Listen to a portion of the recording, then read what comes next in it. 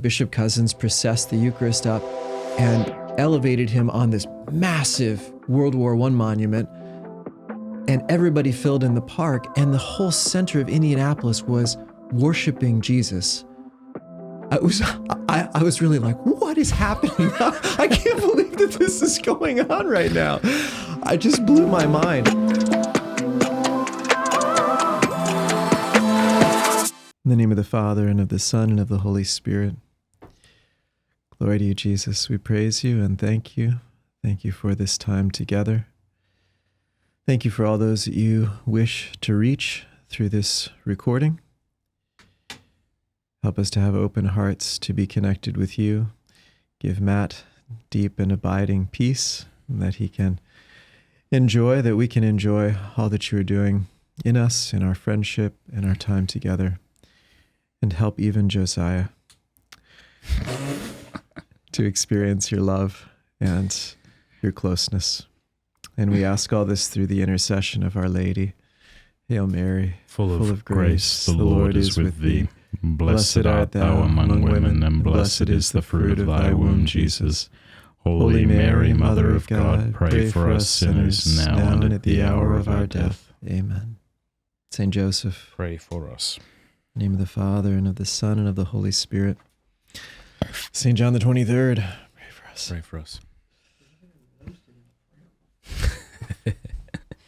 He said he's never been roasted in a prayer before. Do you want me to retake that because that's in now? That's all right. That's good. Thank you so much for coming out. Great to be with you. Yeah, it's good to be with you too. Cheers. Your little cups to make us feel very big.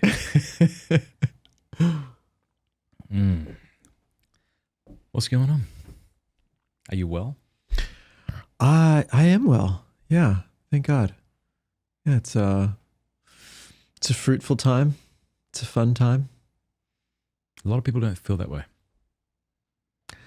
Well, I could give you a different answer if you want. No, I only want bad news. No, I love good news. Let's try that. Can we try for 20 minutes, no more, just to talk about the great hope we see in the church today? Yeah? I could do that. Go on. Yeah. I'm the director of an institute, the Institute for Ministry Formation, and kind of our central theme is accompaniment and building a culture of accompaniment.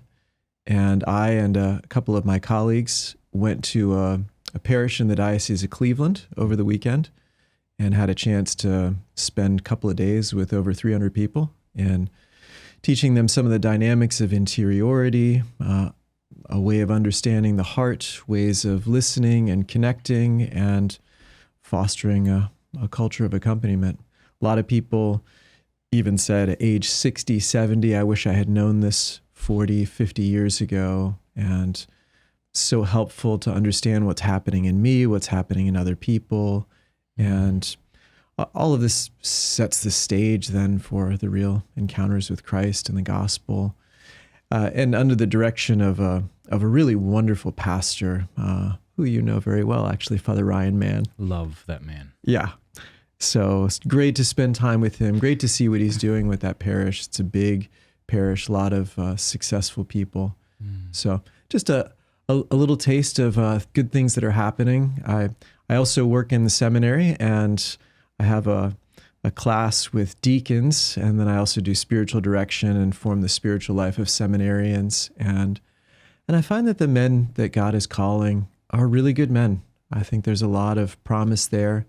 There's a lot of zeal, energy. There's a lot of diversity. I think about the deacon class. We have 9 guys, diocesan and Benedictine from a variety of dioceses, and a whole range of personalities. And so I just see the Lord calling and a range of men responding to that call in a way I think is really hopeful. So I enjoy the work with them. It's nice, especially over several years, to see these guys kind of come alive and come into their own more and really take on an ecclesial character and think about them representing Christ to people. And the course that I'm teaching them now is looking at various pastoral scenarios and the kinds of real challenges that come up with either things like in vitro fertilization, with contraception, the questions that people ask, transgender questions, and around sacraments, and how to handle some of those things pastorally, how to minister to the person while also certainly upholding the teaching of the church, looking at different selections of sacred scripture and hard biblical passages that can come up, and just really helping to form them in ministry. So that's exciting, I think, to think of those men who will, I'm sure, make lots of mistakes, as we all do, but really have good hearts and a dedication to the Lord, and I think will be a good leaven in a world that really needs it. Add to that, I've been thinking about this lately, about how Catholics are crushing it in different spheres of the evangelical world, to use that term loosely, not to apply it merely to Protestants, but we have the #1 Bible study app. Podcast in the world, thanks to Father Mike Schmitz and Ascension Presents. Yeah. What? Yeah. 20 years ago, we're like, I'm Catholic, I don't know the Bible, I'm so sorry. Now people are following the Catholics. Yeah, how about we that? We have the #1 Christian prayer app in the world that for a time was the #1 app in the world, beating TikTok and YouTube, etc. Hello? What? Yeah. We have the #1 religious network in the world, EWTN. We have, what else do we have? We got a lot. A lot of good is happening. Now, it's not a competition. I'm not trying to say, we're beating them. The point is, it can be very easy to get discouraged because of the scandals and the confusion and whatever else we see in the church. Fine. But could we just take one step back and acknowledge the good work that the Lord is doing through his bride? Well, and I had the privilege of participating in the National Eucharistic Congress. Yeah, please talk about that. Because can I be honest? I didn't think it would be good. Well, and not just because they didn't invite me. I also just thought, okay, this is going to be one of these things. It's going to have a committee of 1,000 people, and it's going to be committed to death. But everyone I have spoken to said I was dead wrong. And I didn't have high expectations. I thought it would be fine. I was grateful to be invited to I didn't even know exactly what they were asking me to do. I didn't have a sense of the full context of it.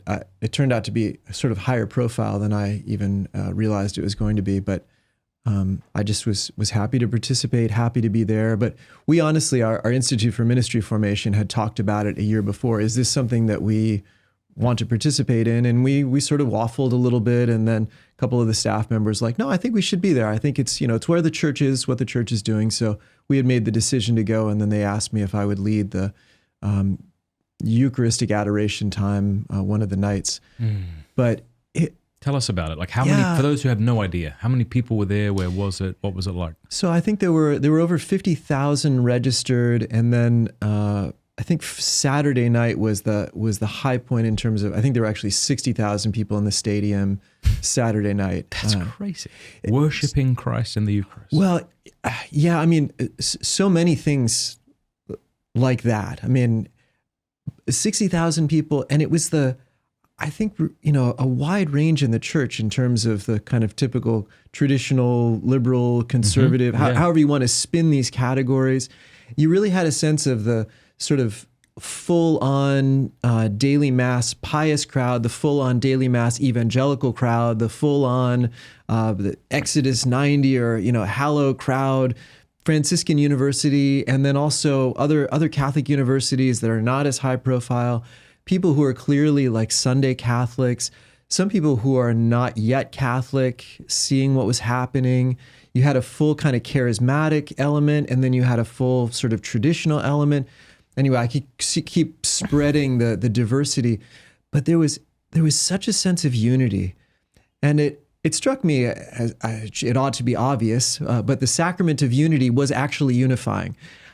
In spite of all of the other differences, we all love Jesus in the Eucharist, and he really was the center of the Eucharistic Congress. To keep it positive, because we could say negative things about, well, like you said, sort of committed to death or people that, spin off. But the center of the National Eucharistic Congress was really the Eucharist. And that came through in a couple of ways. The very opening, it opened Wednesday evening Bishop Cousins, who was the sort of Episcopal organizer of all of it, literally started out in Lucas Oil Stadium with the Eucharist.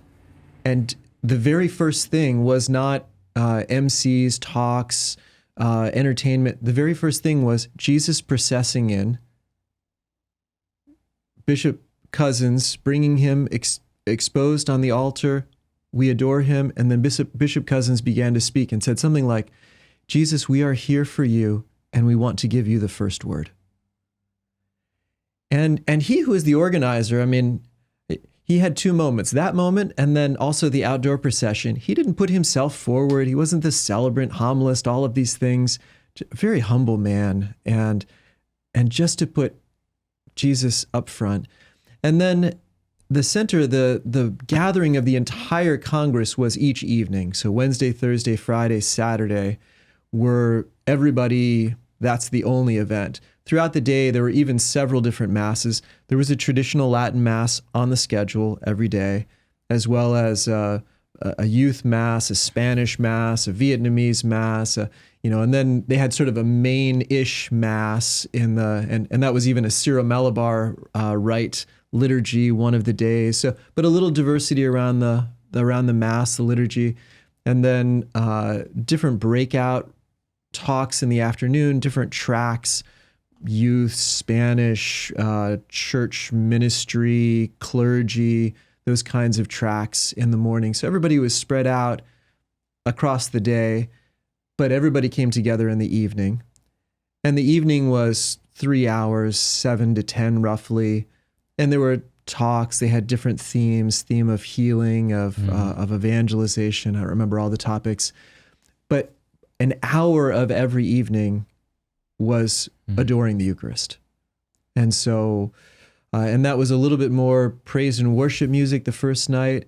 It was chant and silence, beautiful chant, male, a small schola of male voices leading chant as the Eucharist was exposed.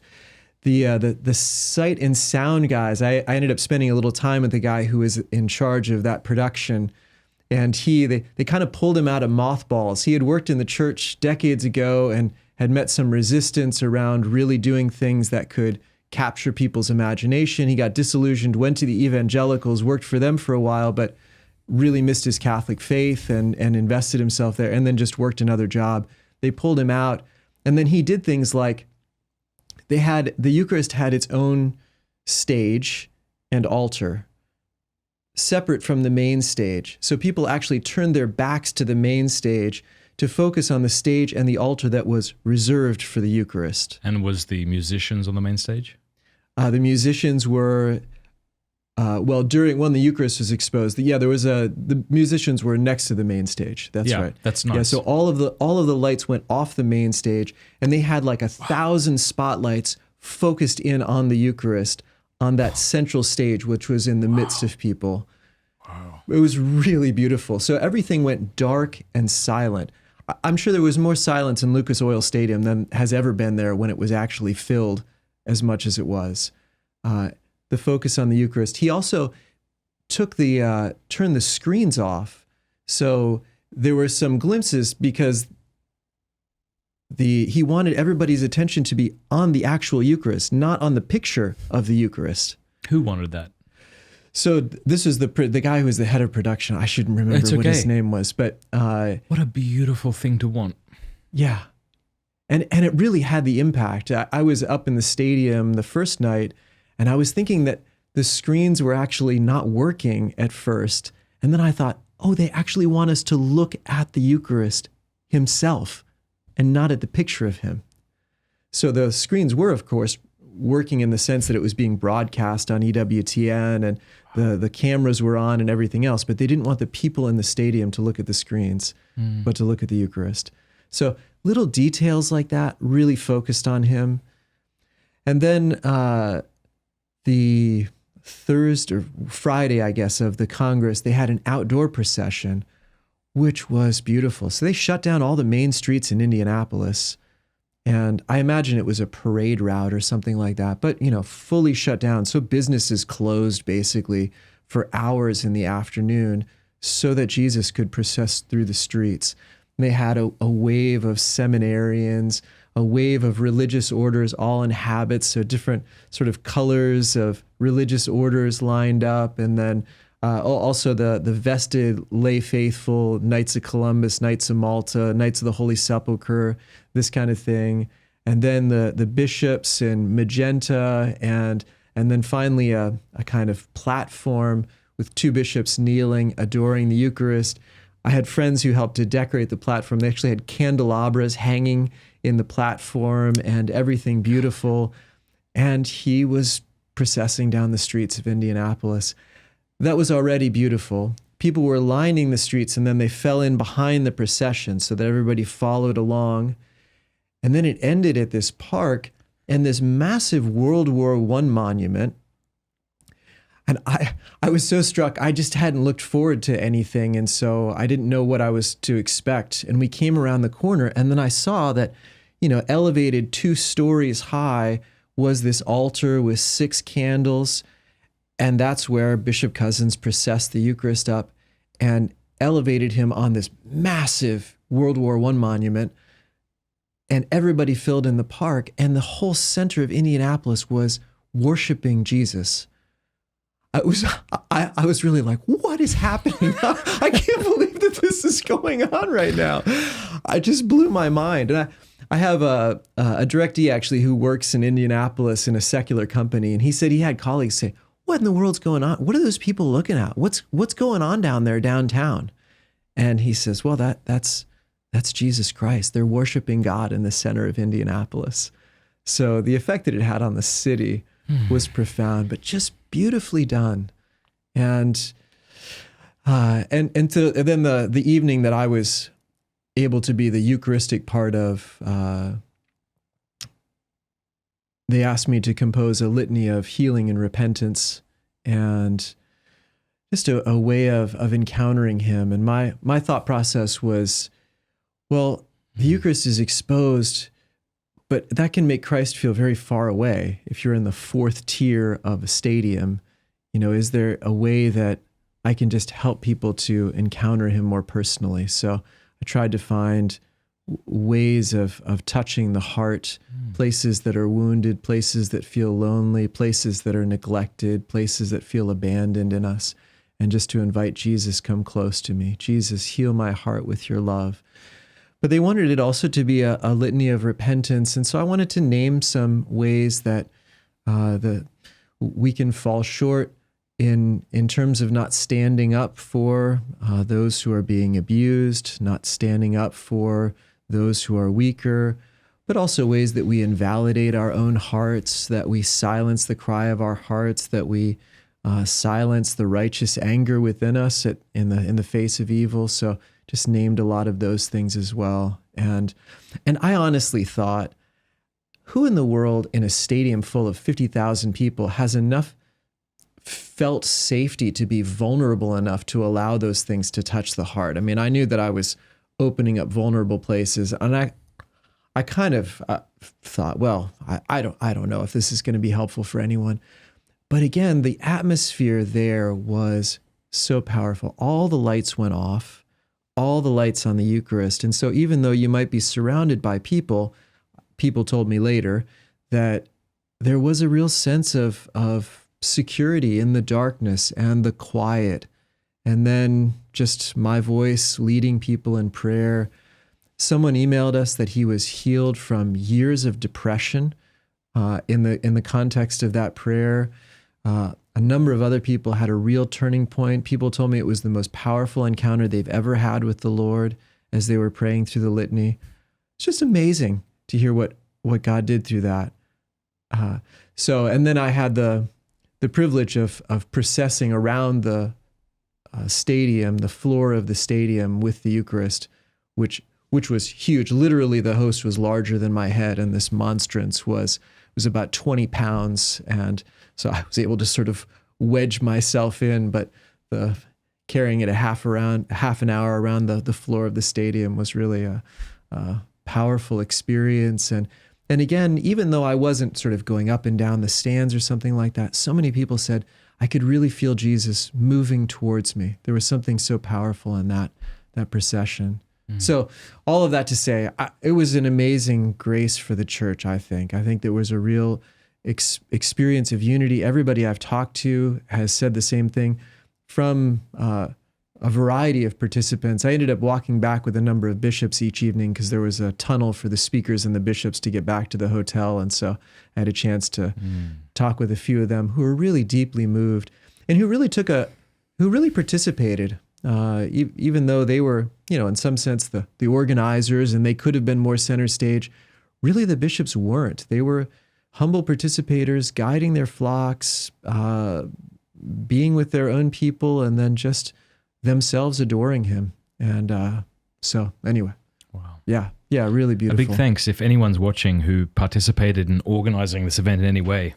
Thank you. Thank you for all the effort you put into it. Glory to Jesus Christ.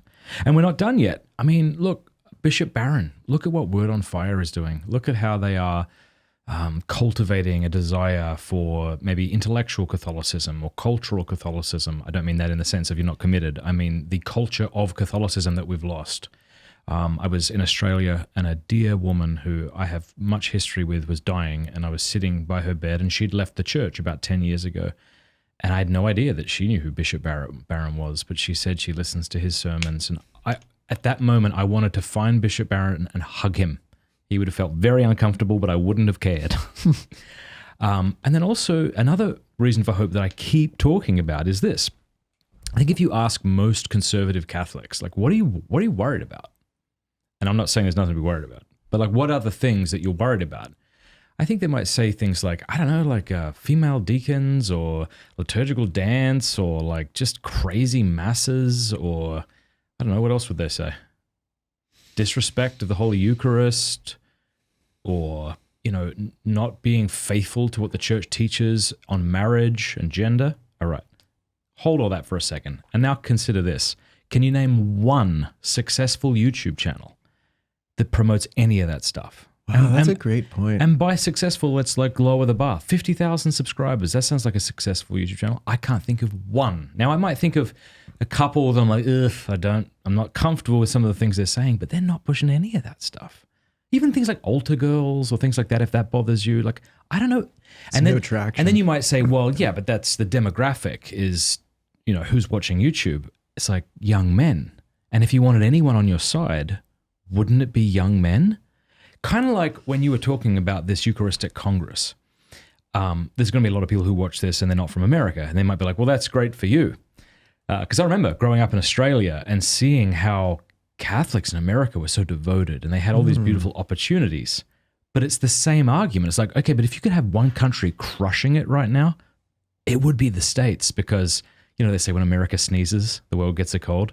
Well, if America starts to praise Jesus Christ, the rest of the world will be blessed as well. So there's a lot of reasons for hope.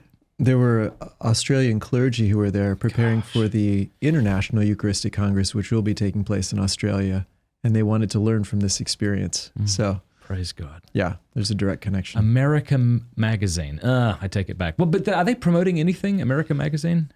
Are they promoting anything explicitly?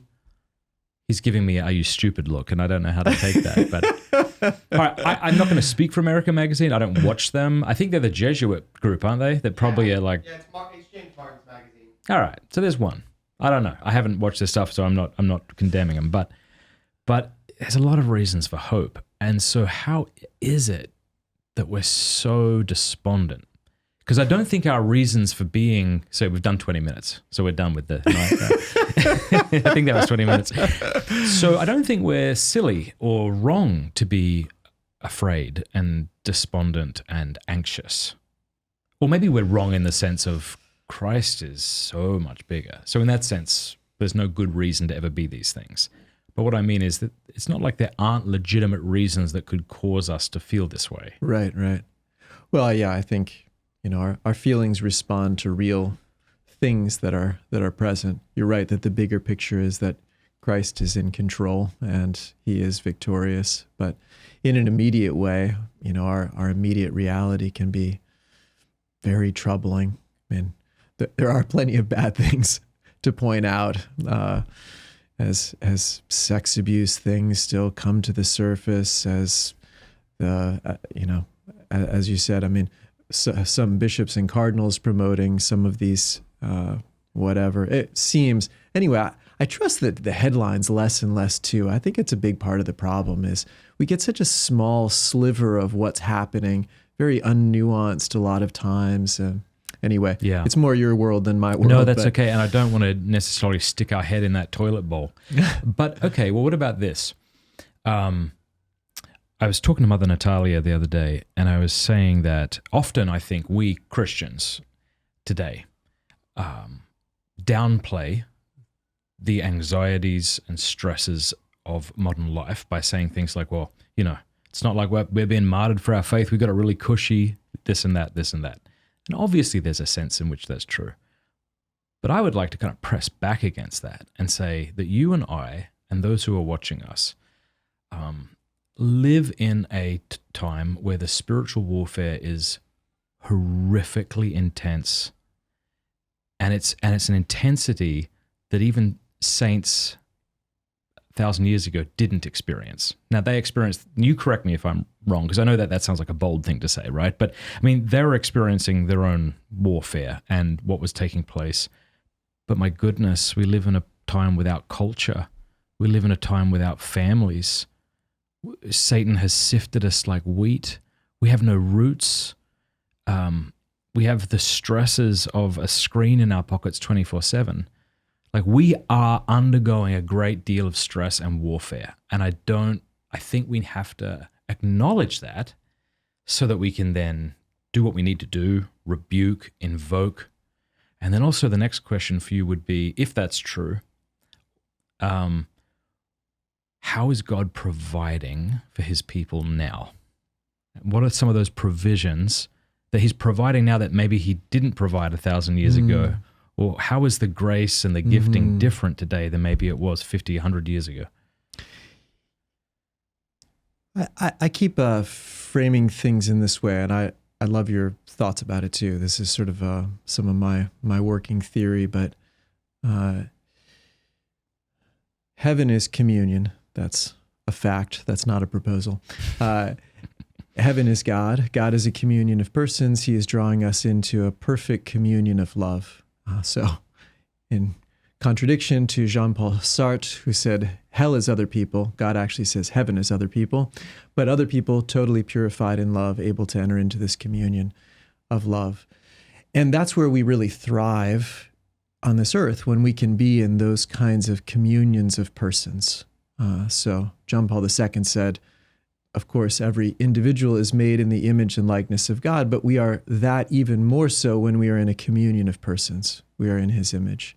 So my proposal is that all of these kind of symptoms that we fight about, that are a lot of the political debates, I suppose, and things that we really have to deal with, there's no question about it. But I would see them all as symptoms of this breakdown in communion, in relationships, loving relationships that are like communion in God, Christ-like relationships, which start with the family, of course, and then outward into society, into parishes. All of these places are supposed to be somewhat heaven-like. Thy will be done on earth as it is in heaven. And that will is a communion of love, a communion of persons.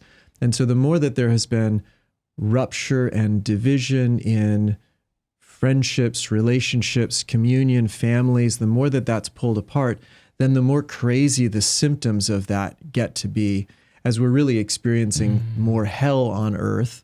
And then we don't thrive, we fall apart, a lot of weird things come out of us, and there are all of those struggles. So that's also the way I would set up the whole framework of spiritual warfare.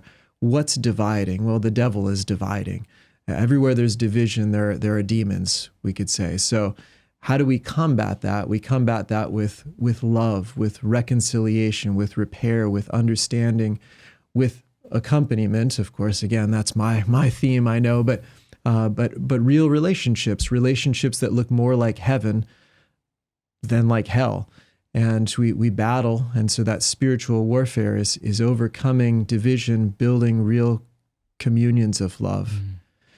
And so then what has God given us to do that? Some of the things I see in the last 60 years, one of them is Eucharistic adoration. I think the National Eucharistic Congress, well, it's interesting. I think there was an initial kind of plummet in adoration after the Second Vatican Council. That was sort of treated as a devotion. The centrality of the Mass kind of pushed that out.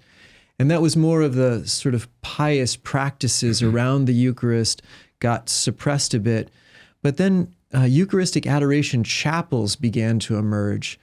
And I think we have more Eucharistic adoration chapels, 24-hour adoration in parishes, things like that, I think, than we've had in the history of the world. I would say there are more hours of adoration in the last 50 years than maybe in the 2,000 years before that. I really think that the massive increase of that, which became a sort of personalized expression, so more so going to an adoration chapel, having personal prayer time, making holy hours became a thing. And that emergence has been beautiful and has been marked by vocations. And I'm told that when John Paul II went to the Philippines, in Manila, every parish had perpetual adoration. And then even after World Youth Day in 1995, which was the largest gathering in the history of the world, over 5 million people came out to see John Paul II, that some of the parishes continued adoration, and you could draw the crime map around the parish boundaries. So adoration in those parishes drove crime out. I haven't validated all of those statistics, but anyway, I'm sure there's a lot of truth in that if it's not precisely true. But this emergence of Eucharistic adoration, I think, has been a tremendous blessing. In this country, I think one of the things that happened with the Eucharistic Congress is some of the traditional pious practices of processions, even having a Congress itself, and some of that Eucharistic piety, 40 hours devotion, has started to reemerge, sort of fanned the flames of that. And some of that old piety had a chance to breathe again. But I think that's been an incredible gift for us. And the Eucharist has drawn people together. There's a way that it forms communities and forms relationships. When you have to arrange enough people to have, 172 hours in a week, that you have enough people to staff a perpetual adoration chapel. You form a whole community around that. People substitute for each other. They know who's away. They get to know the person before and after them. They find out the people who are in the middle of the night. There's this sort of natural community building. It overcomes the darkness. It forms a communion of persons. I think spiritual direction has been another response of the Holy Spirit to this need. Spiritual direction as one ecclesial expression of communions of persons. And then I think more broadly, ironically, we've lost sort of basic relationships. So many families broken up, neighborhoods separated, work being much more transient. We've lost a lot of those basic relationships, but we seem to have gained a lot of relational specialists. Everybody has a therapist, everybody has a coach, everybody has a spiritual director. This sort of thing has emerged out of that vacuum. And I think the specialists, that knowledge is then pouring out into a lot of everyday spaces through. Because when you say that, I felt sad, but what you're saying is, but that's the state of things, and so this is some of the ways in which God might be providing for his people, coaches, therapists, etc. Exactly. Yeah, I know a lot of amazing Catholic therapists who are helping people a great deal. Yeah, I suppose if every Catholic family was intact and received each other and poured into each other, therapy may not be necessary in most cases. However, then it's not that way, and so we need them. And as I say, I think that therapeutic wisdom has a way of flowing back into families. Totally. So people who had the chance to experience what it's really like to be received and loved unconditionally, understood and listened to, then take that into their marriages and parenthood, and that starts to build up a generation that's had a little greater sensitivity to the heart of others. Yeah, that's beautiful. Yeah, I think of the work of Father Bob Schutz, Bob Schutz, and that inner work kind of journey that he is spearheading. He's not alone in it, but that would be another thing. Yeah, the JP2 Healing Center, Jerry Crete, another common friend of ours, Love and him. his colleague Peter Malinowski with Souls and Hearts or Transfiguration Counseling. I think there's a lot of movements in psychology. I have a number of Catholic psychologist directees who are doing just beautiful integrations of spirituality and psychology. I think that's another fruit of our time. It's really coming together in some beautiful ways. I want to tell you about Hallow, which is the #1 downloaded prayer app in the world. It's outstanding. Hallow.com/MattFrad. Sign up over there right now and you will get the first 3 months for free. That's like a lot of time. You can decide whether it's useful to you or not, whether it's helpful. If you don't like it, you can always quit. Hallow.com/MattFrad. I use it. My family uses it. It's fantastic. There are over 10,000 audio guided prayers, meditations, and music, including my lo-fi. Hallow has been downloaded over 15 million times in 150 different countries. It helps you pray, helps you meditate, helps you sleep better. It helps you build a daily routine and a habit of prayer. There's honestly so much excellent stuff on this app that it's difficult to get through it all. Just go check it out. Hallow.com/MattFrad. The link is in the description below. It even has an entire section for kids. So if you're a parent, you could play little Bible stories to them at night. It'll help them pray. Fantastic. Hallow.com/MattFrad. I loved what you said in the beginning, that a lot of these things that maybe we point to and say these things are breaking down our culture, you're saying these are symptoms that result from an already fragmented society. Because I mean, I remember my dad used to be in the Navy, and there was one copy of The Lord of the Rings, and he had it at my house when I grew up, and there was a long list of men who were waiting to read it. Oh, wow. And I just think, and then he would also talk about the camaraderie on the ship and the kind of being together, and then you hear similar stories now about once the work's over, the men are sifted like, what is it, grain, wheat? Yeah. And then they are just in their own room watching Netflix. Yeah. So there's this isolation again. Yeah. And I mean, I know it's cliche, and so because it's been said 1,000 times, it may not hit as hard. But I mean, you know, the 1,000 lifetimes of degeneracy you could plunge yourself into with a few taps. You know, so like, the Christian people are under assault, and it's an assault that's because of the breakdown of the family, not knowing who we are. I think you even see a desire in this sort of 23andMe thing, you know, when people try to find about their ancestry, like, where did I come from? Like, we're just so desperate for tradition and culture because we feel like we're just floating upon the seas of time and there's nothing to ground us. Yeah. And it's very lonely, you know. Yeah, very much. And the kinds of things you point to on the cell phone, the bad aspects of the cell phone that then drive greater isolation. Yeah. In some sense, you can look at all of the 7 deadly sins or the 8 capital vices, whatever list you want to draw from. It's really all drawing isolation. Talk about that. Pride, vanity. Can we go through them? Because you said this to me once, and immediately I'm like, you're probably just like trying to shoehorn your idea into this. And then I thought through them and I went, wow, that's exactly right. All right, so... Yeah, pride is a superiority that distances me from other people. Vanity is really trying to exploit other people to build up myself and become self-referential. Lust. Lust certainly is using others and then ultimately isolating myself. Yeah. Anger. Gluttony, wrath, again, dividing and self-absorbed. Sloth. So not engaging with others. It's one of the most rewarding and one of the most taxing things we do, right? Engaging with others.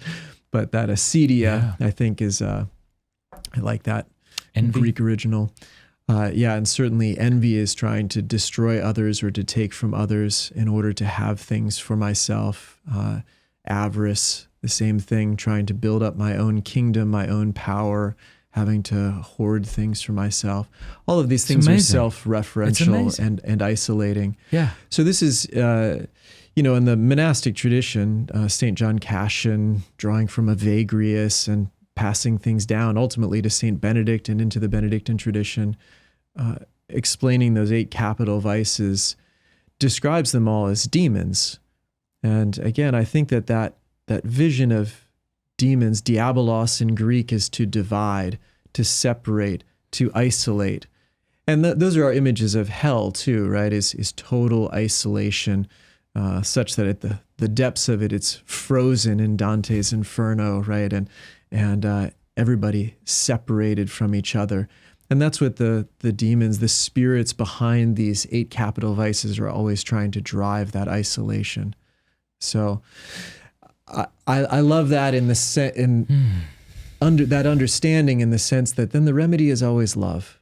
All the things that we do to overcome the division, all of the things that we do to reach out, to connect, to form communion, the things that we do to repair, the things that we do to understand. And I wonder if it's even, I think one of your great qualities is you reach out to such a variety of people, and then you connect with people. You make a space in which people can be understood and express what's happening, and you take the time to get to know them.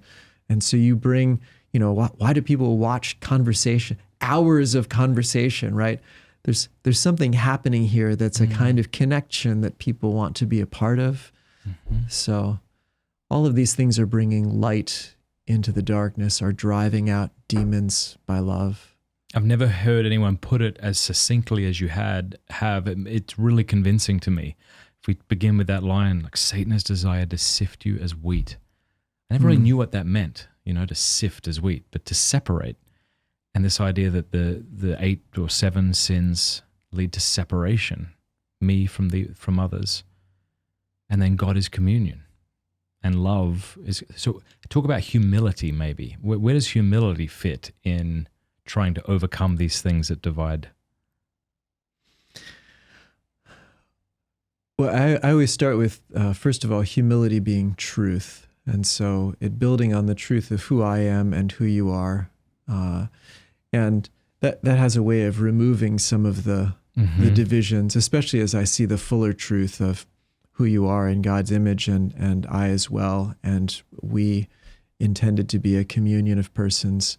But I also think in terms of the opposite of pride, the things that would create division, which is the need to hold myself over you, my opinions over you, distance you or reduce you in some ways. Humility has a way of opening and welcoming. It creates a space where the person can emerge, and we can really see the person you're no longer a threat. He is. Your gifts are no longer a threat. Yeah. I just looked up the 7 deadly sins, and if it's okay with you, I think we should go through them, because we've got pride, and we've already talked about, like, the counter virtue to that is probably humility. And that's so true. Like, I can tell how well I'm doing when I gauge how well I receive, like, criticism, or I see someone doing way better at me at the thing I'm trying to be good at. If I take it really personally, if I just find that I'm taking things personally, that can be anything. Someone cutting me off in traffic or something like that. Like, oh, that's a good litmus test that I'm not doing well. Humility.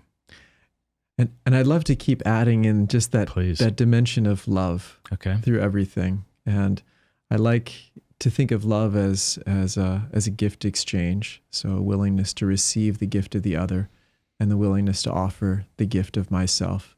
And humility is willing to receive the gift. I don't have everything. And so I always have something to receive from you. And then to humbly offer what I have to you. I think that communion of love and mutual self-gift comes through humility, overcomes pride, forms communion. Teresa of Avila is so clear about this in her Interior Castle.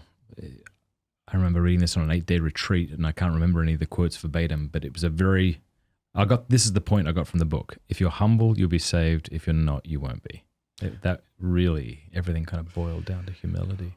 Well, it's really the 2 great Christian virtues, humility and charity. So how does someone tell, because a lot of people experience self-hatred, how do they not fall into the trap of accidentally baptizing that, as it were, and calling it humility? How do we know if we're doing that?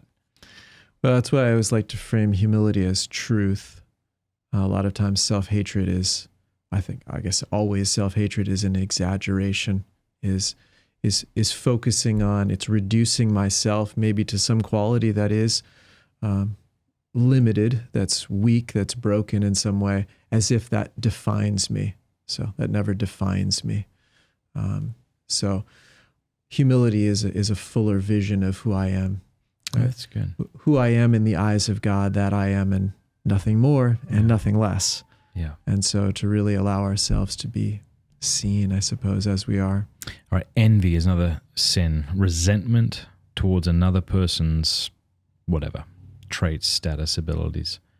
What's the opposite of envy?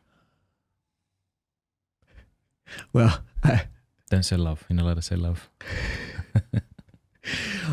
As I said, you can really frame all these things in terms of humility and charity. Yeah, so that's okay. You don't have to go anything really creative. I think it's the simplest way. But if I to resent, receive. it's kind of like pride. But kind of, it's. I guess there's a thread through all these sins, just like there's a thread of love through all the virtues, isn't there? Yeah, that's right. So if I hate you, I kind of resent you because of what you have.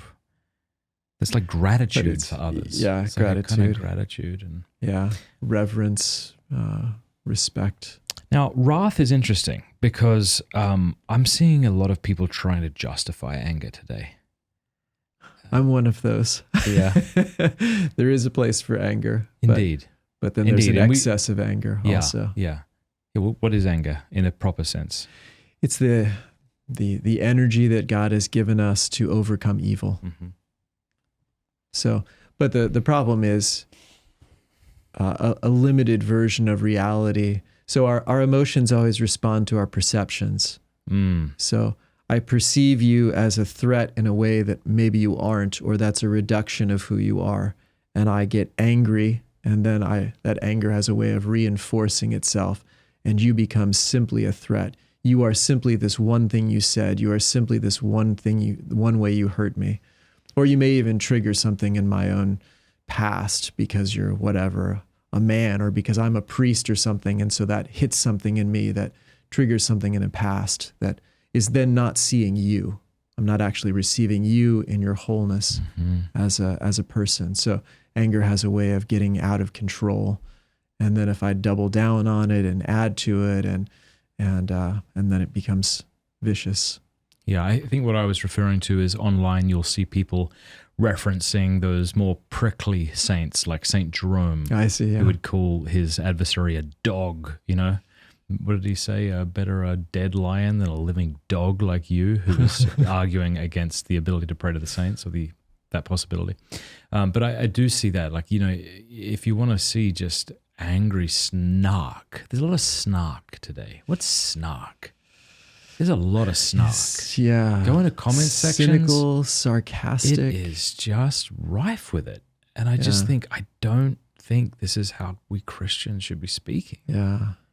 What's funny too is, I mean, you get an overrepresentation of snark in comment sections because the people who are probably serious about their desire to grow in holiness just resist, and you never know that they resisted, or you never know that they didn't comment. They didn't have to put in their 2 cents. Snark. A lot of snark.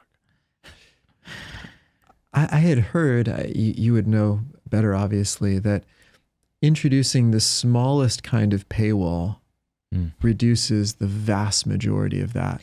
mattfrad.locals.com. mattfrad.locals.com. Yeah, on Locals you have to pay me $10 a month to comment. So you can look at a lot of the things that I do and post. But if you want to be engaged in the community, you have to pay. And it's wonderful because people don't pay to be jerks. And what I found is that even when people disagree with something I say on Locals or somebody else posts, they're rarely like rude. They really try to understand. And that's something, it's almost like social media was intended to create wrath and snark. It's like a snark generator. Like it's meant to generate anger and cynicism because we all know wrath and outrage sells. Get people in conflict, that'll sell. I don't know what it does to our brains that it makes us feel more alive or alert. And so we're all just like broken down by the culture. And so if we get angry, it feels like we're a little bit alive or something. But yeah, that's what I'm seeing though. And then what I see is people justifying it. And me too, mea culpa. You know, like, yeah, you got to say, I'm going to say the truth. You know what I mean? Look, people say this like it's a new idea. Love doesn't mean just being like, you know, saying nice things. Like, yeah, we know that. But listen, the way you're doing it is wrong. Yeah, right. Yeah, well, Jesus turned a cord into whips. Yeah.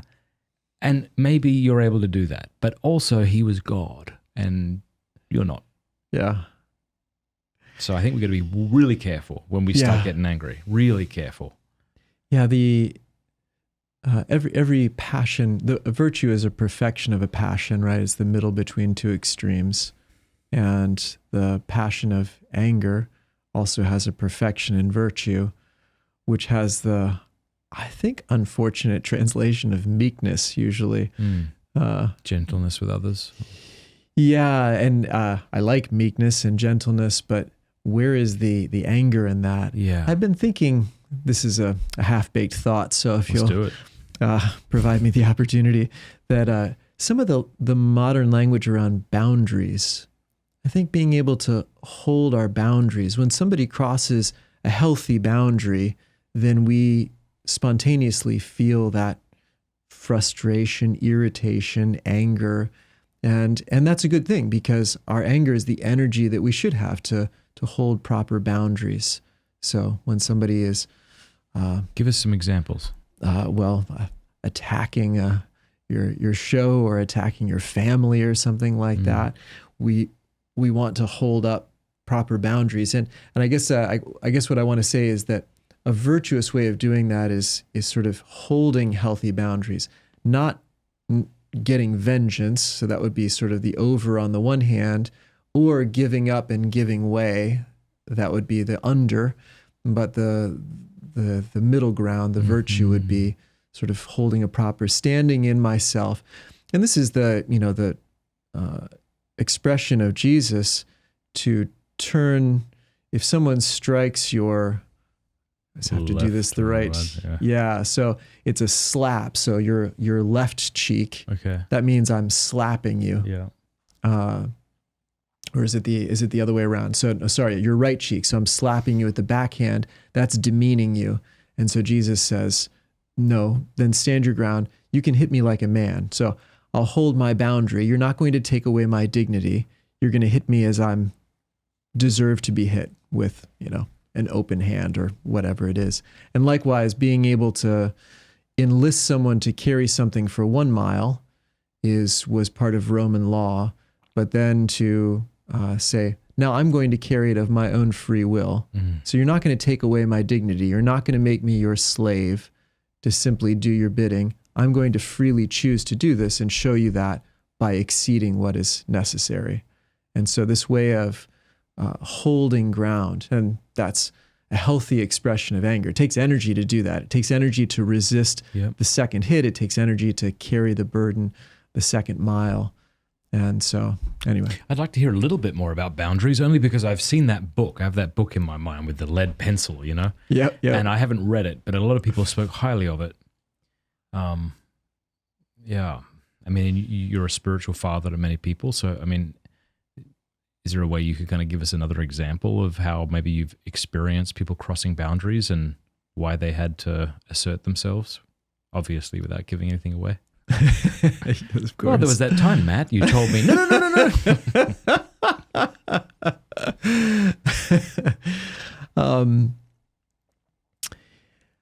Yeah, I could think, let's see. I should have some ready examples and I don't, but we'll come up with something.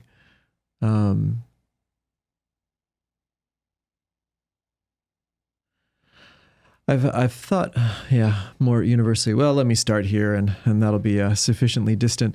In terms of religious life, we talk about the vow of obedience and what is proper there, and that vow is not a matter of the submission of intellect.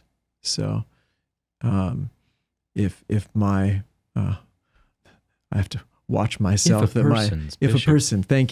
a person's bishop or religious superior were to tell him, I'm going to close this parish, or I'm going to change this program, and that's God's will and you need to like it. Like, well, no, I don't need to like it. I can respect your authority to take that action, but I don't need to imagine even that it's God's will necessarily. It's God's will to obey the bishop. It's not God's will necessarily what the bishop plans out to close the parish or to open the parish or to tear the building down or build a new building or something like that. And so being able to hold the boundary of, well, no, I'm going to have my own thoughts about this, and that's appropriate. I don't have to think it's a good idea, but I can still do it. It doesn't give me permission to bash the bishop either, but I can have my own mind about this instead of saying, oh, everything you do is the best thing. Everything you do is right. Well, no, that's not the...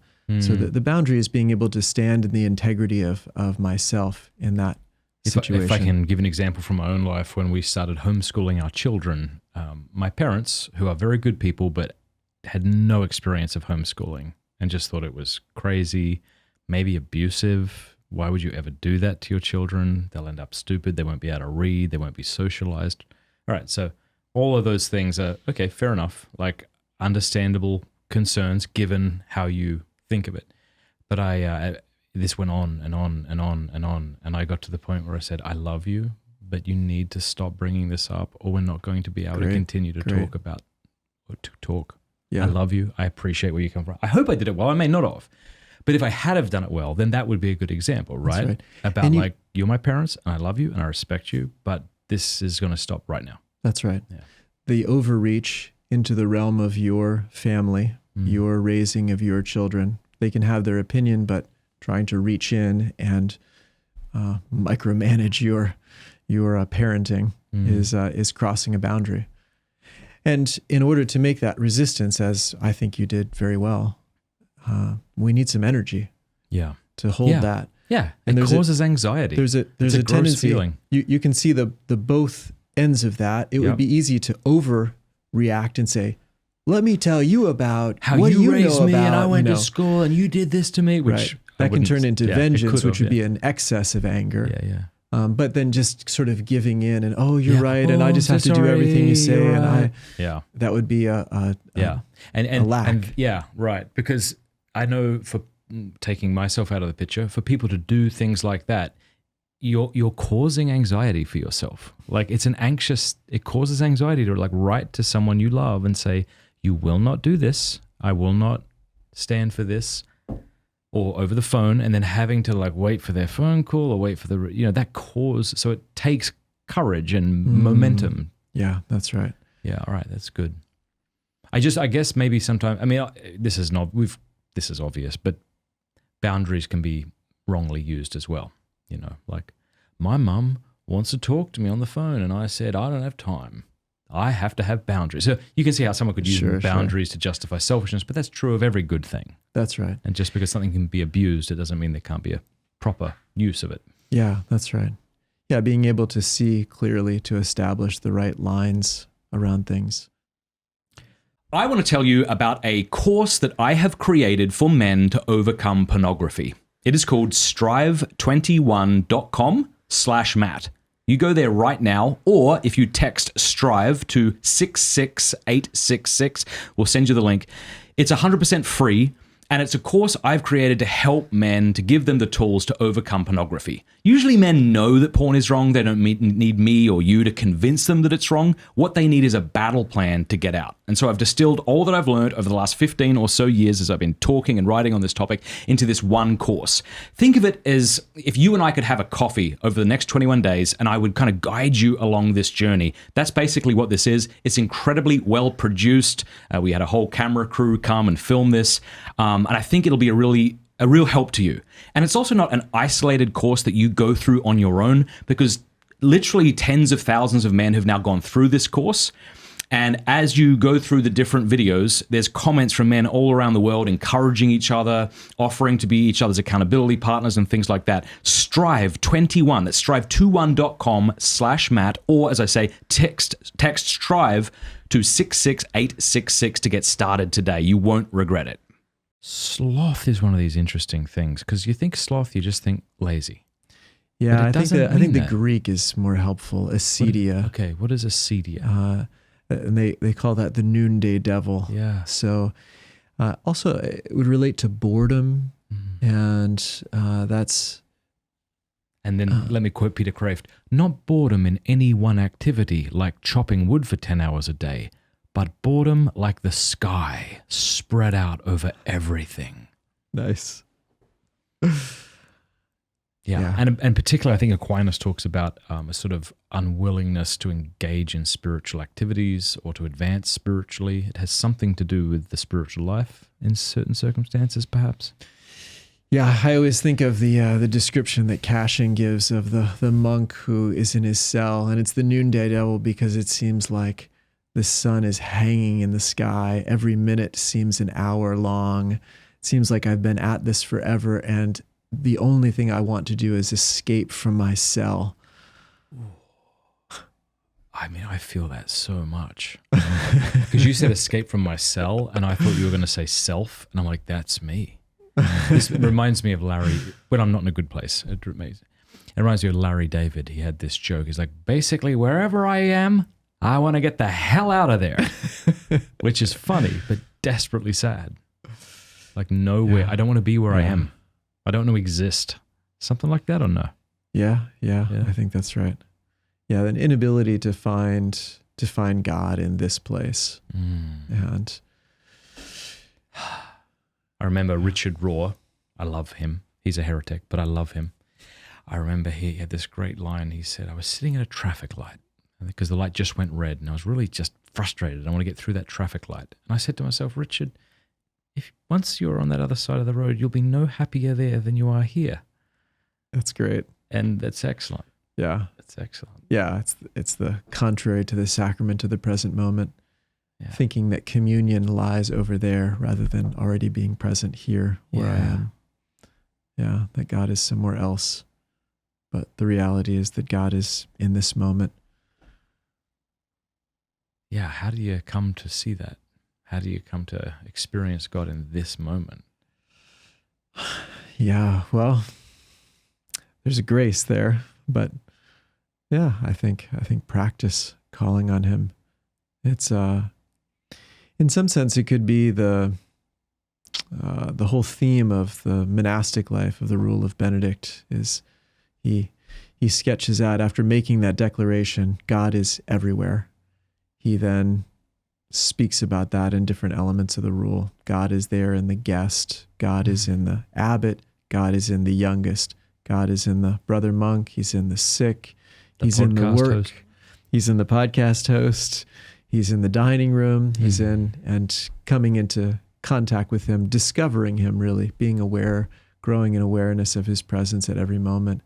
And things like the Jesus prayer, being able to have the prayer ongoing, just making little acts of recollection, developing that habit of God's presence is a beautiful way to discover that. And then those moments, the temptations around acedia become moments where we're invited to go deeper.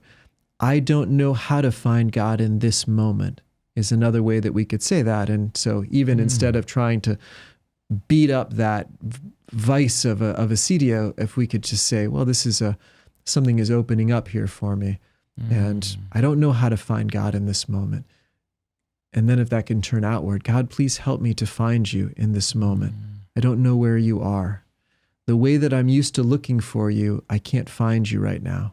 And that's the kind of transition that we find in the Nights of John of the Cross, that I run into my own limits of what I know how to do well, ways I know how to love God, serve Him well, pray well, meditate well, and running into my limits, I can either run for the hills or I can stay in it and allow something new to open up. So the imagery around night is that my primary sense organ isn't working now because it's dark out. And I need to learn to navigate by a different sense organ. So no longer by sight, but by faith, no longer by meditation, but contemplation, no longer by my own strengths, but learning to trust and reach out in my weakness, whatever that might be, that is the place of growth for me. It reminds me of my bishop growing up, very holy man, Bishop Eugene Hurley. He was addressing the priests shortly after the sex abuse scandal blew up. And he said, we can be tempted to think that all of this stuff is like an obstacle to the ministry we want to do as priests. But this is the ministry. Like this Right. reconciliation and that's right. healing is the ministry. Yeah. That kind of thing. No, I don't want that ministry. I don't I want want the that. other Yeah. one that I'm good at Yeah, and it's like that you- feels good. You and that, marry someone, they get sick, and Yeah. it's not going to change. Like I the wish I could sickness just get won't rid of end. this thing so I could Yeah. get to the marriage that I want to have. Yeah. But no, we discover Yeah. something beautiful Or in your those child places. becomes addicted to drugs or is involved in something evil. Yeah. I don't want that. So once I need this to get out of the way so that I can then, it's brutal. It's so Yeah. brutal. Stand there and not run away. And that, coming back to that relational theme, the cancel culture compared to the commitment culture. And just having that commitment to stay in it with someone, to stay in the ring. And you said it, it's brutal. And when we really stay with people, when we suffer their depression with them, when we suffer their addiction with them, when we keep having hopes that get dashed with them, when we suffer the job loss or the rejection or the breakup when we suffer that with people, it's so hard, but so beautiful. And the communion that forms there, and I would say it's one way to summarize the redemption. I mean, what did Christ do? He turned suffering into communion. He made it possible for all of our suffering to become communion. He entered into all suffering. What does that mean? All suffering to become like an opportunity for communion, but what does that mean? Well, he does it, whatever the right term is, metaphysically, existentially, by himself entering into all of it. Okay. So the cross is all human suffering. And so it's no longer isolated. He is now in it. Ontological. And so that's a reality, but then he creates a path by which that can become also the case for us. What's the path? So, well, in him, why do I suffer with people? I suffer with people because Christ has opened this for me. He's made this I'm afraid a of meeting nodding too place quickly. I'm afraid of him. agreeing with you too quickly. Sometimes Christians say things and I know they're Yeah, right. push I it, just push don't it. understand it. So he's made a way, but it wasn't as if people prior to the time of Christ couldn't suffer with people they loved. Well, the ultimate transition point is in death. Mhm. So he is there in the place of death, which, that's a sort of edge case, you could say. But having brought love into all of these places, I guess I would say there would be a temptation on the other hand to say, well, it's all reducible to human experiences. Well, it's not just reducible to human experiences either. It's not like now he taught us, so now we're supposed to do it. And if people had known that before, they would have done that before. Mm-hmm. But now he has done it, and we can do it in him. We can also meet him in it. And I think, I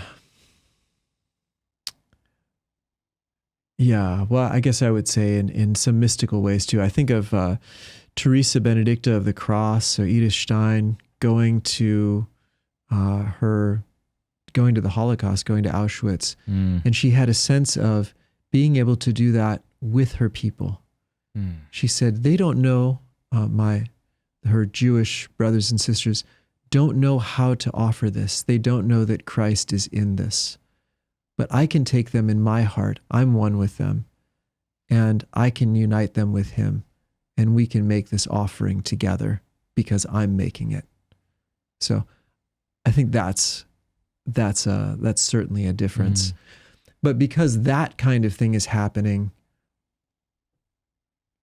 I think that also empowers us. And the Lord, as much as possible, wants us to participate in that redemptive suffering.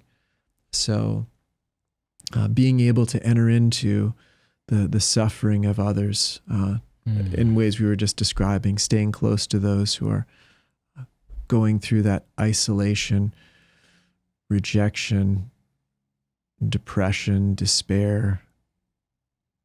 I have a friend who died recently, and I love him. And he's from Australia. Let's see if I can find it here. He's from Australia. He was my age. He served with Net Ministries. He's gone to the Seek conferences that you and I have been at. You may have even met him with me. And he got cancer. And let's see if I can find it. How do you spell? Oh, here we go. Oh, I don't know if I can find it, but yeah, he had cancer, and then they said, "Oh, he's cancer-free," and that always terrifies me now because I've heard of too many people who've been told they're cancer-free only for it to return with a vengeance. And then I just heard while I was living in Austria, he's on hospice, like he's going to die any day. And I just I sent him a video telling him how sorry I am, how much I love him, things like this. And he was so beautiful. Like he wrote back, and like one of his texts while on hospice was, "Dude, Jordan Peterson, I'm so proud of you and all the good you're doing for the kingdom." I said, "David, are you scared? Are you scared to die?" He says, "Honestly, no, I'm not." He's like, "I was at one point, but I'm ready, whatever the Lord wants." And this sort of language, and it's really beautiful. I love you. I'm praying for you. And, it's hardest seeing my kids try to process it, but all will be well. Like this peace in his text. And then maybe a few days later, a week later, I texted, "I love you, and how you doing?" And his wife texted back, David's passed. Wow. Oh, and I take encouragement in that for this reason. I think we're both way worse and way better than we think we are. And I think that the Lord will give us the grace to suffer like David did. Because I'm sure if you asked David on a good day when he was feeling healthy, he'd be like, "Oh gosh, I don't know if I could suffer that well." And yet here he is doing it. I was in the Middle East several years ago preaching, and I met some fellas and ladies from Saudi Arabia. And what struck me was how similar they are to me in their sense of humor, in the the books they read and the movies they watch. Like they were the same. But they they get bored in adoration like I do, and they also try to love Christ better than they're currently doing. And like they're just like us. It's just they're put in an extraordinary situation. And so you get to see more beautiful things happen or something. And I just thought, like, the Lord is so good. And right now, if you told me you're going to die of cancer like next week, and I would be so afraid. I'd be terrified. I'd be so scared. Yeah. But I think that if I actually was dying of cancer, that the Lord would provide and I wouldn't be afraid. You can disagree. I want to push on that a little bit. You would be afraid, man. Well, no, not I for know you. You would be. Well, but yeah, I think I would like to say a little bit more broadly that the Lord would make it beautiful in the way that we need. And so did Therese suffer that well? At times she did, and at times she didn't. I mean, on her deathbed, she spoke with great confidence in the Lord. And also had the experience deepest, that there darkest was, plagues right? of atheism, yeah. And so that there's meaning, that he brings meaning into every circumstance. And for some, and I guess I say that in part because if somebody is not suffering well, is that a sign that they're doing something wrong? Or is that a sign that there's something wrong with them? Is there sin involved in that? Not necessarily, but it still can be a path to communion. And I think that we can be drawn into someone like David is easy to be with. Somebody else who is really in a dark place. Yeah, that's a good point. That may be an occasion of communion for someone else to really enter into that dark place and to have the support of someone else who is there and can help them to endure that. And it's worth it because every person is worth it. And so we can make the sacrifice. We can enter into a place like that with them, discover what it's like to be inside of that. Befriending and continuing to visit someone who's depressed is a very difficult thing, and it's a very beautiful thing. Both.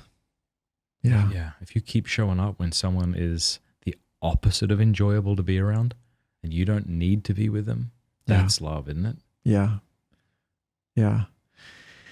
And I think we have, as you said, there are noble pagans who have done some of these things, but Christians who care for the sick, who provide for the elderly, who... Well, look, there's no atheist leper colonies. That old saying. Right. Yeah, that's right. Yeah, which isn't to say that atheists can't have natural kindness towards others or anything like that, but it is interesting that you have people like Mother Teresa. Yeah. What are you doing?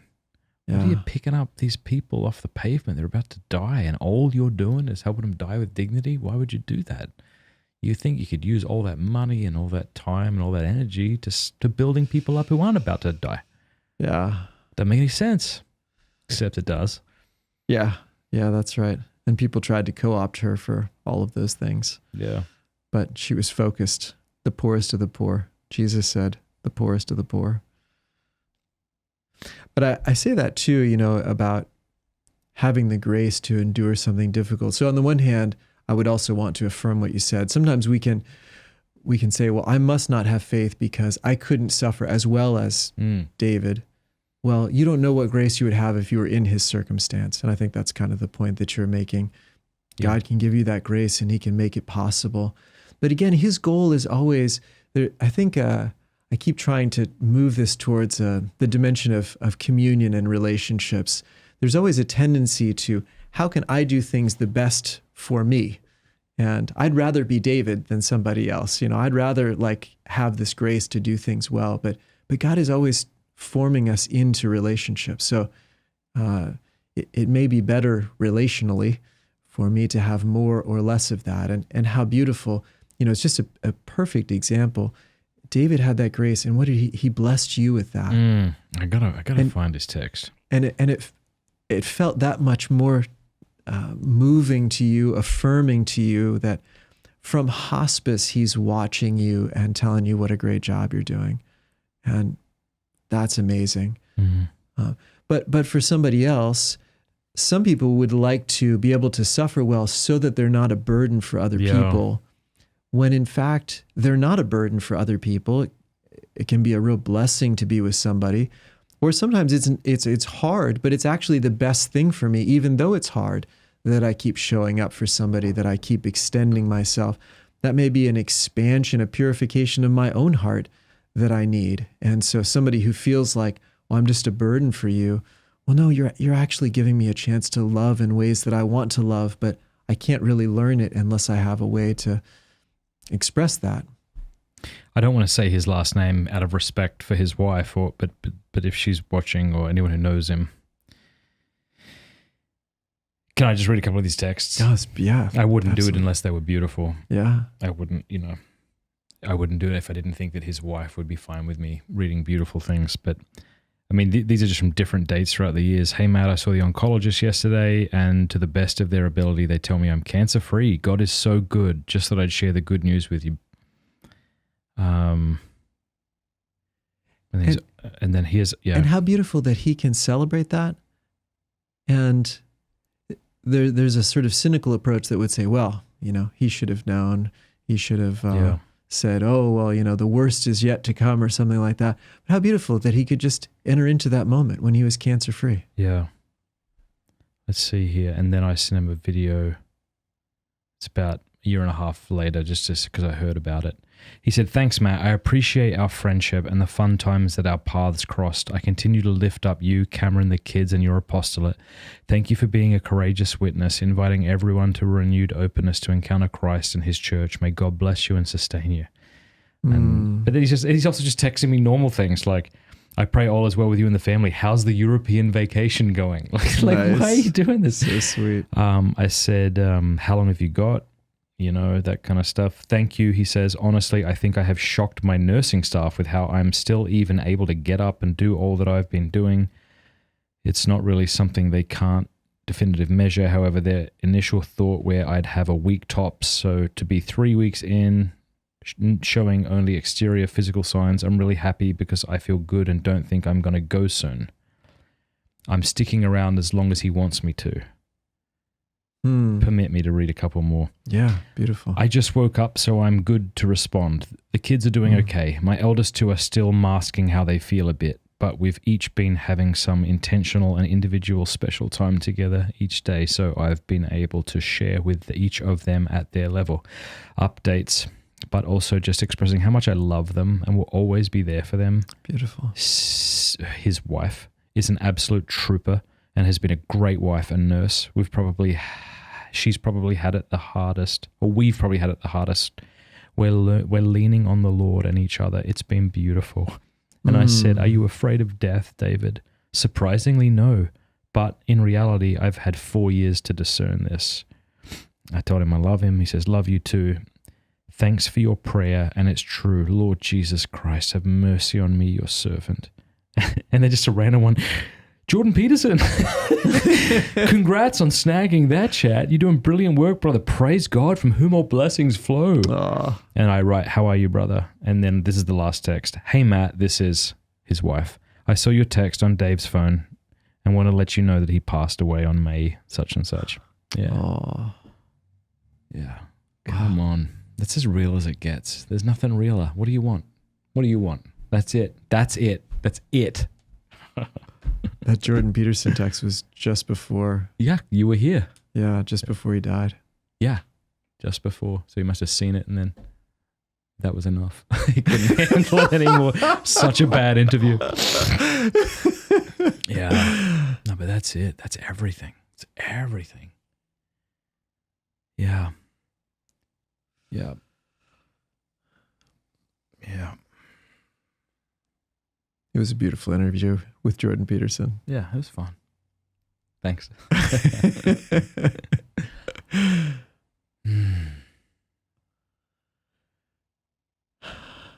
And I love the way that he shared that, shared the journey.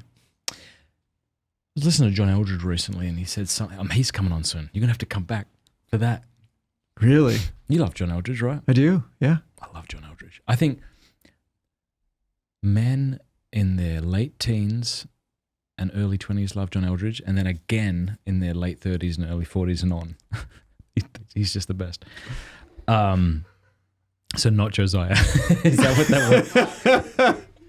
I just jumped over. But one thing he's said, and you know, like everything, I'm sure you can give pushback, but try to draw some truth out of this, that healing is not the same thing as holiness. You say that, and I hear all the Eastern objections coming my way about God's healing our nature. But, you know, like we all have idiosyncrasies and poor ways we respond and temptations that we've had since we were 9. And, realizing maybe that evil, including our own evil and temptation to evil, is a mystery that we cannot fathom, that may be there for our good. And that, well, what do you think of that basic idea? That healing is not the same thing as growth in sanctity? Because I guess what I'm saying is I think there's a lot of people who are getting a lot out of therapy today. Another thing he says is understanding and explaining something is not the same thing as being healed of it. Like, we're going to have spiritual direction after this. I'm really good, I think, at telling you like what I'm experiencing. And I think I could articulate it better than a lot of people could, but I got no idea. I'm not healed of it. I don't know what to do now. I thought if I understood it and its roots, I'd be great, but I'm not. So like I still am desperately in need of healing. So make something out of that. Here's some recipes. Do something. Here's some ingredients. I mean, make something. I'm just gonna do the same judo move I've been doing the whole time. Well, holiness in Christianity, we understand, is the perfection of love. And our limitations and brokenness don't need to become a barrier to love, so they can be brought into communion. And we can experience already and even love as fully as possible. So within the context of our own limitations. And so I think holiness, one can be holy and also limited. The extreme examples are the opium addict, Saint Mark Tianchang. Tell us about him if you can. I've had Jason Everett, talk about him. Oh, is that right? It's incredibly helpful for people. Yeah, right. He's one of the canonized as one of the Chinese martyrs, but he was a medical doctor who got hooked on opium as a painkiller after surgery and couldn't break the addiction. And this is around 1900 in China. And his parish priest said, I won't keep absolving you until you stop using opium. It's a sign of your lack of repentance that you keep falling into this addiction. And so he got cut off from the sacraments, but he grew in holiness.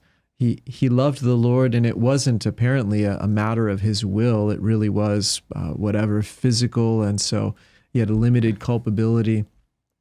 In any event, when he was arrested, he had the grace of martyrdom. And not only that, still in charity, he actually longed for martyrdom because he loved the Lord genuinely so much. And he had continued going to Mass. He never cut himself off, but he was essentially excommunicated by his inability to overcome the opium addiction and the behavior of that parish priest in the face of that.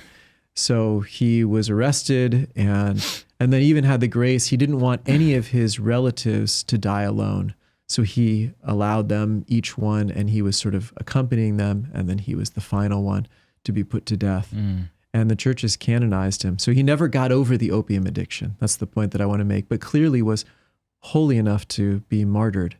And so healing will be in some way perfected in eternity. We won't be addicted to things in eternity. But we never become self-sufficient. Just as the Father never becomes the Son and the Son never becomes the Father, and neither of them become the Holy Spirit, there's always an openness to communion. We don't become sort of self-enclosed monads or something like that. And so if we can look at sometimes the deficiencies that are caused by woundedness, brokenness, become part of that opening to communion with another, that I need help with something because I'm hurt, broken, wounded, because my nervous system is conditioned to respond in ways that are not helpful in certain situations. And so I really need the support of another to co-regulate my emotions, my nervous system, to support me in some activity. But anyway, that limitation, we never sort of get over limitation because it always becomes the opening to communion, even that sort of basic limitation. For all eternity, you and I will not be women. And that's a kind of limitation. There's a way of living humanity that is not accessible to us unless women would share that with us. And that becomes an opening to communion, a mutual self-gift. I will always have something to offer, the male experience. A woman will always have something to offer me in her feminine experience. And so that beautiful communion of difference that continues to be part of the perfection of love continues. I'm pretty sure I brought this up last time you were on. I'm going to do it again. Father Mark Foley's idea that sometimes working on ourselves can be an insidious form of self-hatred because we think we have to kind of perfect ourselves before we're acceptable to God. And he says, one thing I tell my spiritual directees never to do is to try to sort of fix everything about their life, but rather to pray for the grace to choose God each moment. Yeah. That is great advice. Bring it all into communion. Yeah, into communion with God in prayer, not just even sort of praying it away, but extending it to Him.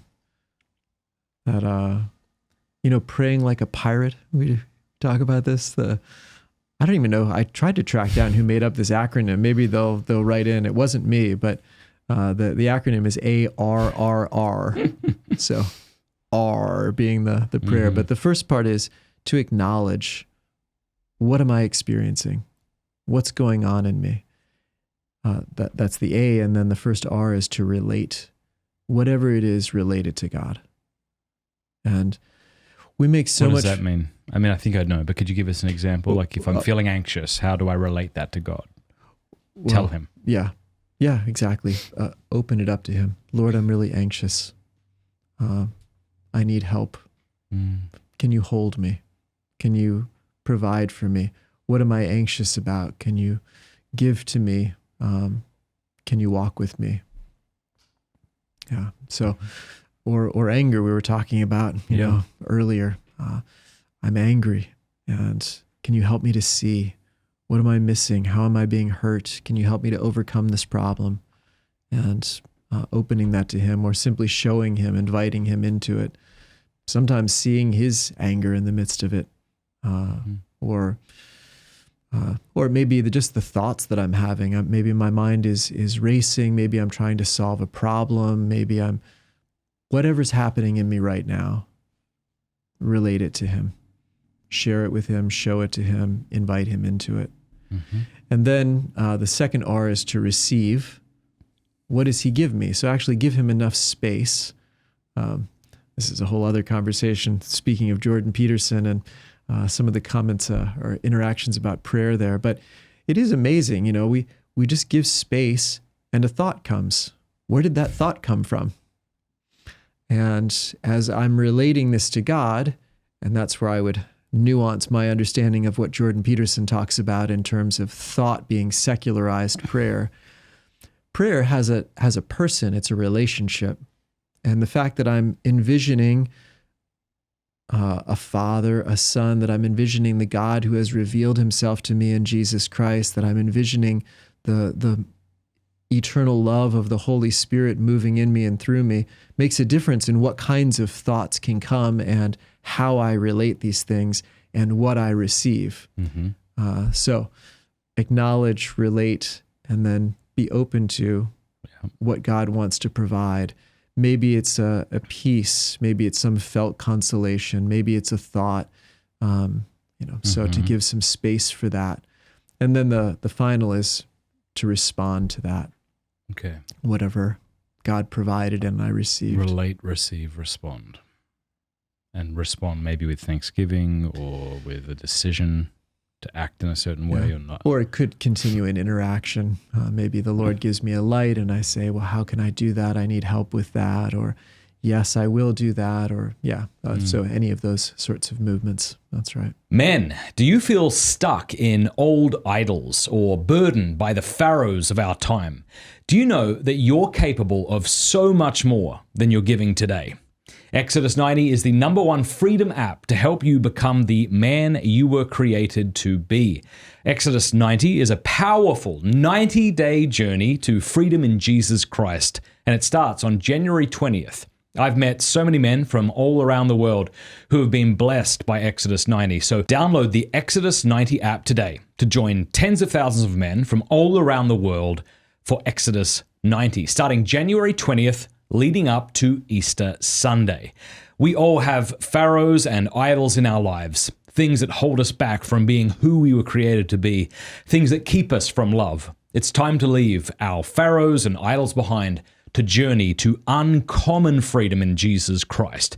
Join the men of Exodus 90 and Father Boniface Hicks, Benedictine monk and renowned spiritual director, who is the spiritual guide for Exodus 90 this year. We will establish daily habits of prayer, discipline, and brotherhood as we journey to greater freedom in Jesus Christ. So, go to exodus90.com/Matt to learn more about Exodus 90. That's exodus90.com/Matt to join tens of thousands of men from all around the world for Exodus 90, starting Monday, January 20th, and leading up to Easter Sunday. What else have you been thinking about lately? Maybe stuff that doesn't have anything to do with the spiritual life. Everything has everything to do with the spiritual life. What are some things that aren't maybe explicitly do with the spiritual life? I know you like to read up on all sorts of issues. What are you passionate about right now? I've been working a bit through this book called The Heart of Trauma. So and one of the takeaways is this same takeaway, the importance of relationships, and that understanding of trauma as not so much about the intensity or the significance of the pain as it is about being alone in the pain. That when we are able to share that, and what neuroscience has shown is that there's a sort of measurable reality to this, that when we are with someone in it, the effects that it has on our emotional co-regulation, on our nervous system, on mirror neurons, and a lot of interesting scientifically validated realities. Just how we are really made for each other. We're made for relationships. Well, isn't one of the worst forms of punishment in a prison maybe solitary confinement? Well, that's right. Yeah, that's a good example. Wow. So actually what you said about, you're good at understanding your own experience and expressing it.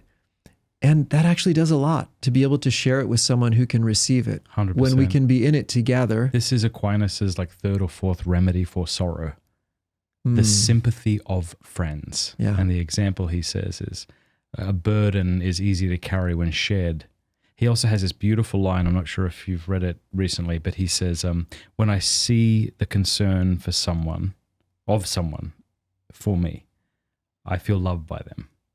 It's so beautiful. I just love him so much. Yeah. The straight talk. It's like what your grandma would say or your mother, Share your burden with somebody, Yeah, it's exactly right. Yeah. Yeah. My novice master, Father Sebastian, was marvelous. He's a philosophy professor. He's a great philosopher. But he said, he didn't make this up, but I remember hearing it first from him, a sorrow shared is half the sorrow. A joy shared is twice the joy. So true. Yeah. How many times have you had to share something with someone because it pleased you, because it made you laugh, because you found it beautiful? I need to show such and such that. Why? Yeah. You're not just doing it for their benefit. You may even be doing it primarily for yours. That's interesting. Yeah. Yeah, that's right. Yeah. I also have been reading a book about the founder of my monastery, Boniface Wimmer. Is this the guy with the killer beard? You have a killer beard, but this guy had a particular, right or not? He did. You have a good memory. Yeah. What did it look like again? Was it like... He was German. Yeah, it was not totally unlike mine, although a little bit more on the sides here and a little bit more girth, you might say. And he was certainly a larger character than I am. But you're right. When he was blessed as abbot by Pius IX, Pius IX hailed him for his magnificent beard. He said, "Long live Boniface Wimmer and his magnificent beard." Oh, that's great. Yeah. Yeah. But I really have been getting in touch with his courage and vision. John Tracy Ellis, who's a great American church historian, said he is the most significant figure in American church history in the 19th century. Wow. Yeah, it's a pretty strong superlative. But his vision was to form priests for America. And he was especially attentive to German-speaking Catholics in America when he sort of felt the burden of establishing this mission. He had been ordained a diocesan priest in Germany in the 1820s when there was no religious life. That's its own fascinating chapter in history. From 1800 to 1830, in many of the countries in Europe, the vast majority of religious life was shut down. If you want to destroy a culture, eliminate religious life. The number of religious houses was reduced from 10,000 to 300 in the course of several years, sort of an overflow of the Napoleonic Revolution and then trailed through different countries in Europe. And buying into this Enlightenment mentality, even when religious life was opened, all of the strictly contemplative orders, so like the Carthusian monastery you stayed in Gaming, that was a victim of this suppression of religious life because Carthusians don't do anything useful. So even when things were reopened, only on the condition they would do something useful, like have a school or works of mercy. Wild. But strictly contemplative orders were really practically wiped out. In any event, he was ordained a diocesan priest in the 1820s, close to the birthplace of Pope Benedict several decades later, and near the shrine of Altötting, which is a shrine of Marian apparition in Germany and Bavaria. There have been lots of miracles over the centuries. And again, Pope Benedict speaks about that in his from his memories of his childhood. But Boniface Wimmer then entered the monastery. There were Benedictine monasteries reopened in 1830, 1832, and he spent some time in formation as a Benedictine and lived our Benedictine life, but always had this heart for the missions, for apostolic work, and then came to America in 1846 with a vision to form a place that would form priests for the German-speaking Catholics. And then the story, he brought 18 young men over, 4 of whom wanted to study to be priests, the other 14 as lay brothers with trades who would be able to run the farm and build the houses and care for the animals and all of the various trades work that's necessary when you have to sustain a community. But the 4 men who wanted to be clerics were getting cold feet, getting ready to come over. And they said, well, maybe we could get our formation here, and then we could join you. We could be formed as monks here. And Boniface Wimmer wrote this bold letter saying, I can't promise you success. I certainly won't promise you riches. I won't promise you fame or honors. I only show you the cross. If you want to take up this mission, this is a way that you can give your life for Christ, and may he use it for his good purposes. But if that's not your purpose, it would be better if you stayed behind. Wow. Bold. Yeah. And they came. Yeah, that's what men want. Yeah. And established this mission. He started with 18, and then within 6 years, he had 77 brothers and 16 clerics, seminarians, and 16 priests. And as men continued to come over from Germany and then were being formed in America, and immediately started pushing out, made his first foundation in Minnesota, and within his 40 years as abbot, made 10 monastic foundations, founded 130 parishes across the country. Just a tremendous vision. Hundreds of monks that were formed at St. Vincent and also in the various granddaughter houses. Just a remarkable person. And now it's the largest Benedictine monastery in the world, right? We are at St. Vincent. Yeah, that's right. Not that anyone's counting. Yeah. Would you mind if I took some questions from our local supporters? Sure. We got a bunch. Now, some of these we may have spoken about, but think of this as the lightning round. You don't have to give thorough answers if you don't wish to. Hey, everyone watching, thank you so much. If you want to become an annual supporter over at mattfrad.locals.com, you get to ask my guests questions. You'll get these episodes 1 week before they air on YouTube. We'll give you a free Pints with Aquinas beer stein. You just have to pay for shipping. Exclusive streams from myself, spiritual direction videos from Father Pine. We have a lot there. We really try to make it worth your money, and it supports all the work that we do. So please consider mattfrad.locals.com. All right, let's see here. Oh, wow, here we go. NM says, any thoughts on false motives while discerning religious life, such as avoidance of challenges of marriage and fatherhood due to fear of incompetence? How do we purify our motives? Beautiful question, huh? Yeah. I got to just let me say something here. Yeah. I really was so afraid of marriage. I really thought in every aspect I would fail. I'd be a terrible provider. I'd never been to university, and apparently that was a thing you had to do. I'd be a bad lover. I wouldn't be a good father. I'd yell at the kid. I would fail at everything I had. I was so afraid of that stuff. And I think for a while that really did make priesthood look a little bit more attractive. But anyway, that's it. But you're glad that... Wrap it up. No, I'm very glad that I'm married. But that's okay too. Like I also want to quickly say that just because you might be afraid of all those things doesn't mean you're not being called to the priesthood. That's right. And I think it's actually a beautiful question in that level of self-awareness. And yeah, I'd want to remove any of the shame from that. I mean, you just normalize that and saying that's your experience, and I can certainly appreciate those things. I dated a couple of people and one for several years, and certainly grew into those relationships. That was hard and formative, and getting in touch with my own heart, and those are important points of development. So yeah, I would certainly remove any shame from that, but. And I think it's really good just to be honest about it. It's another one of those things, talking to a spiritual director about it. Anything we do that already has some shame only magnifies with silence, secrecy, and judgment. And so the more important it is to get out into the open Yeah. and then talk through. And then that has a way of emerging. I mean, there are plenty of people who start religious life.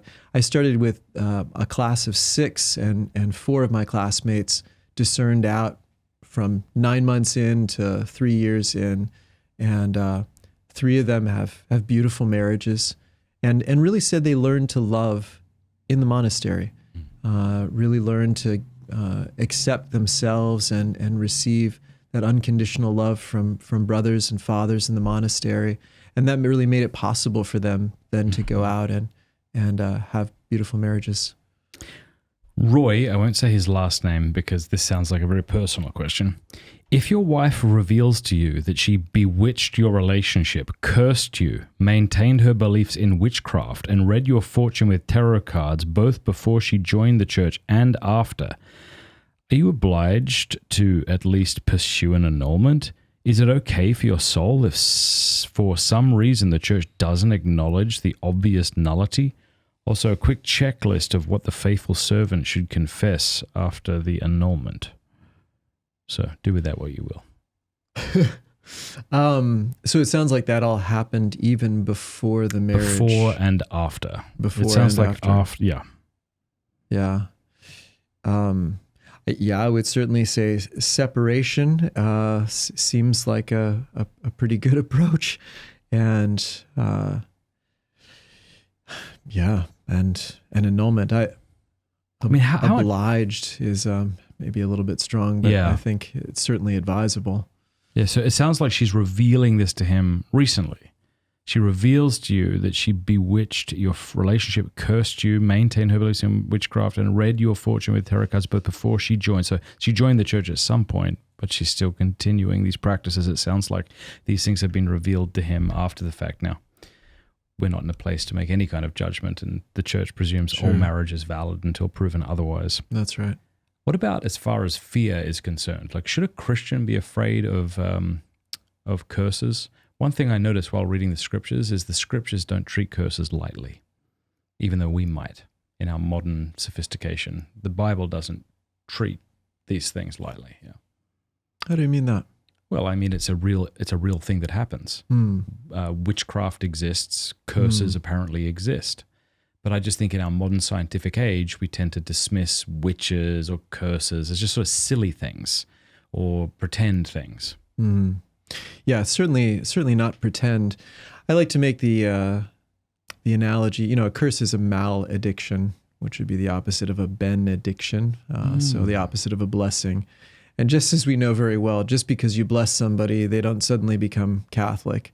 When you curse somebody, they don't suddenly, their life doesn't fall apart. So what is that? And it's a place that I appreciate. The Neil Lozano makes a real point of that in Unbound, to say a curse has to have a place to land in us. And then what can I do? I can't do anything about the one who's doing the cursing necessarily, but I can do something about the potential landing place in me, which can be a place of fear or a place of woundedness, or a place, I can bring that place into communion. I can bring that place before the Lord. Yeah. So certainly this person could consider contacting the diocese about a possible annulment. We don't know, so we can't speak to it. Right. Caleb Dawson says, Father, I have to know, as a barber myself, what is your beard care routine? I use Head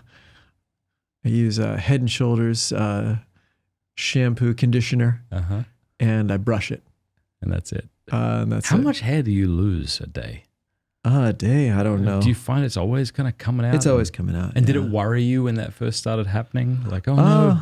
A little bit. I mean, some of those were long, and I thought that took a long time to grow. But Yeah. it's anyway, it kind of maxes out. So it's Cody says, what advice would he share to young parents wanting to effectively disciple their young children? We are currently Protestants discerning the Catholic Church for our family.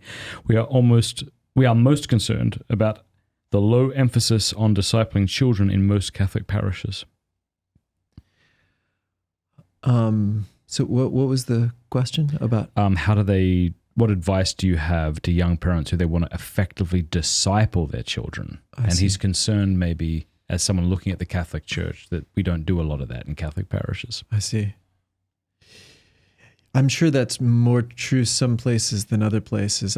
In terms of the formation of children, something that I've really come to appreciate is the catechesis of the Good Shepherd, the Montessori approach to formation of children, starting at 18 months for the toddler atrium, and then level 1 being 3 to 6, level 2, 6 to 9, level 3, 9 to 12. And it's a real formation in the language of God and the sacraments and the scriptures, and making that accessible to developmental levels. So I think that's actually quite beautiful.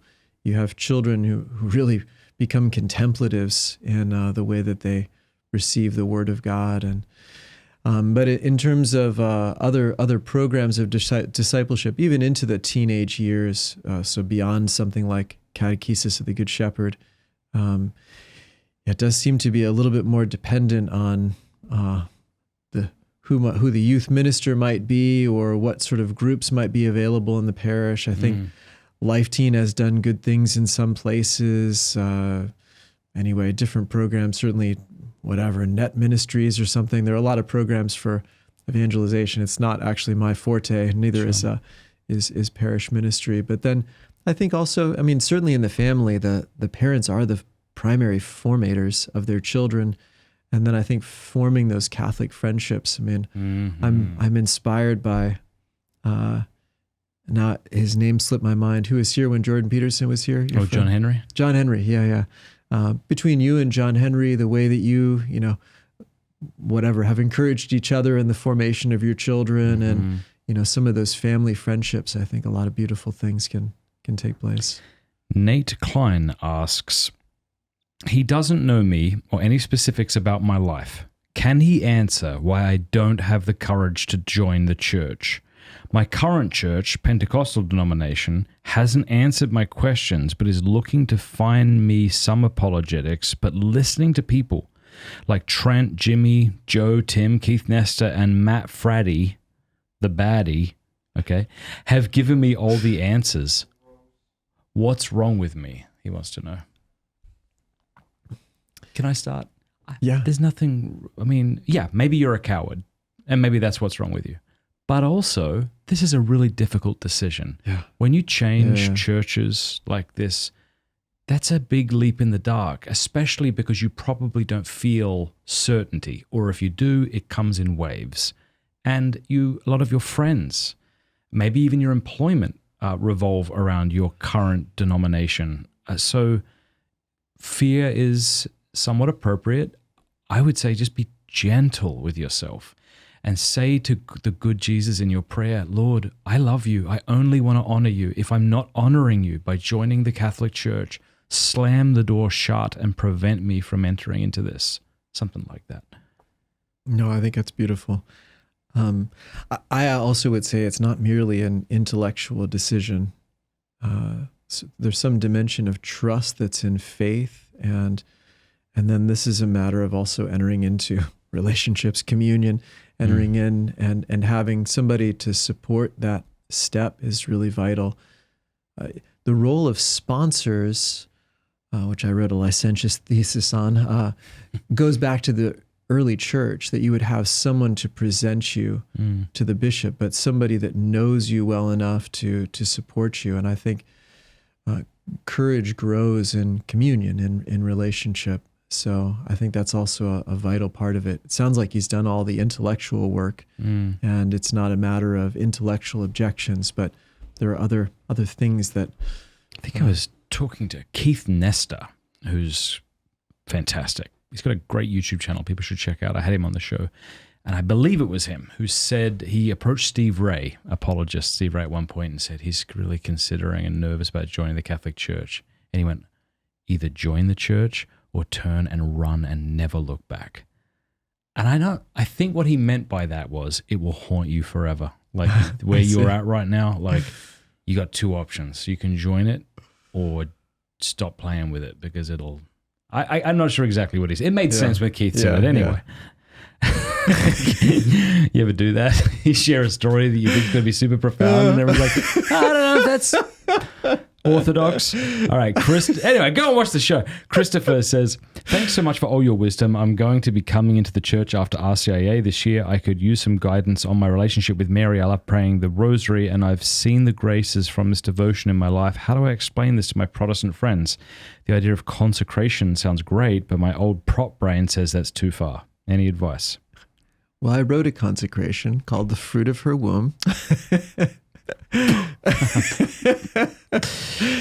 And yeah, I always like to try and connect these things to, I don't know, something that's a little bit experiential, and where Mary is, we make it seem like Mary is something out there that I need to go get. Okay. But rather, I'd like to say, where is she already in someone's life? And then to make certain kinds of connections. So she's the baptismal font. That's her womb.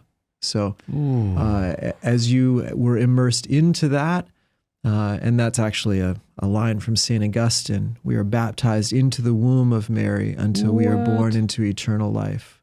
So that's the whole focus of my consecration. You would have known it if you read it. Sorry. That is glorious. That's a real quote. Really. That's not just a quote Catholics wish were true. Augustine said that. Augustine said it, and Louis de Montfort quoted it. Of course so he that's did. a piece of the consecration from the Secret of Mary that's been a fixation, a meditation for me for 20 some years.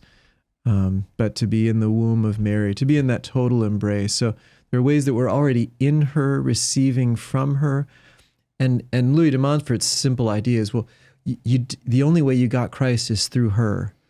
So if you're receiving him, you're already receiving him through her. That's the only way that he comes to us. Literally, he was in her womb. He was born of her. She gave him to us. And so she is always the one giving him to us.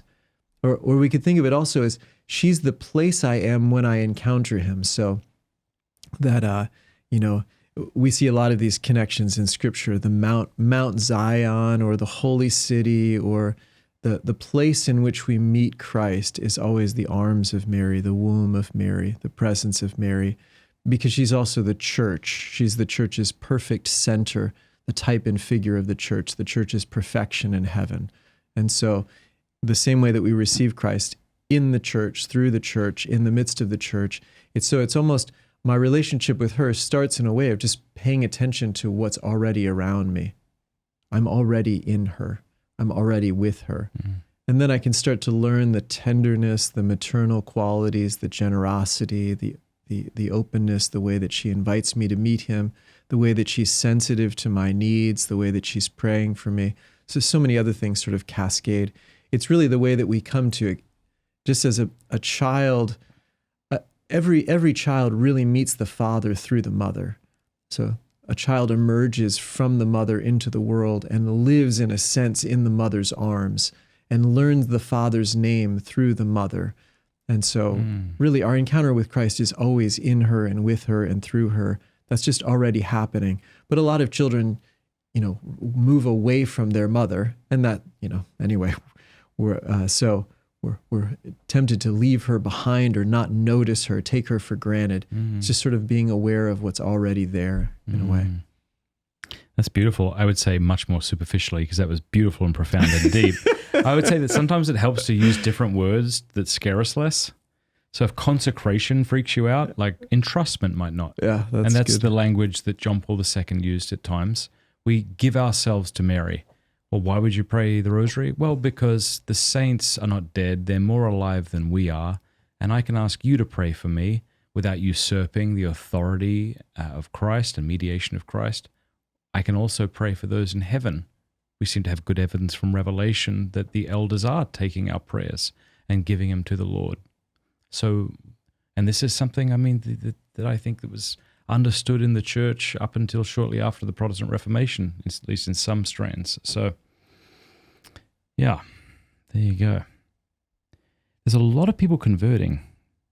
A lot of people here. Yeah, back to the beginning of our conversation, right? Signs that things are going well. Yeah. Yep. How should the scrupulous, asks Grant, navigate controversial aspects of the church, such as attending charismatic events? there's a fear of what's spiritually safe when people have conflicting views. Good question. Well, I would say for one thing, you're not obligated to do those things. I think we can be sensitive to our own sensitivities. And if there are things that are going to be too triggering, that book, The Heart of Trauma, likes to use the word awakening rather than triggering. Okay. But if there are things that are going to activate our nervous system that are going to make that are going to be hard for us, then we don't have to go there.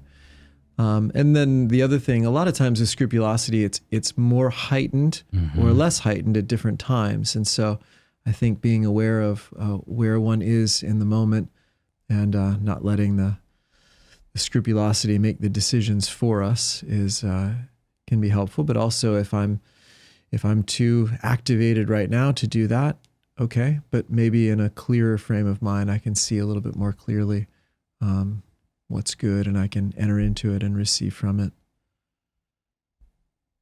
Yeah, I'm thinking of an analogy. We'll see how it goes. Usually my analogies come on the spot, and sometimes they fall flat. But, you've heard the experiment where the teachers don't tell the children how far out they can play. And the children all stay very close to the buildings. Whereas if there is a clear perimeter, the children feel the freedom to play all throughout the yard.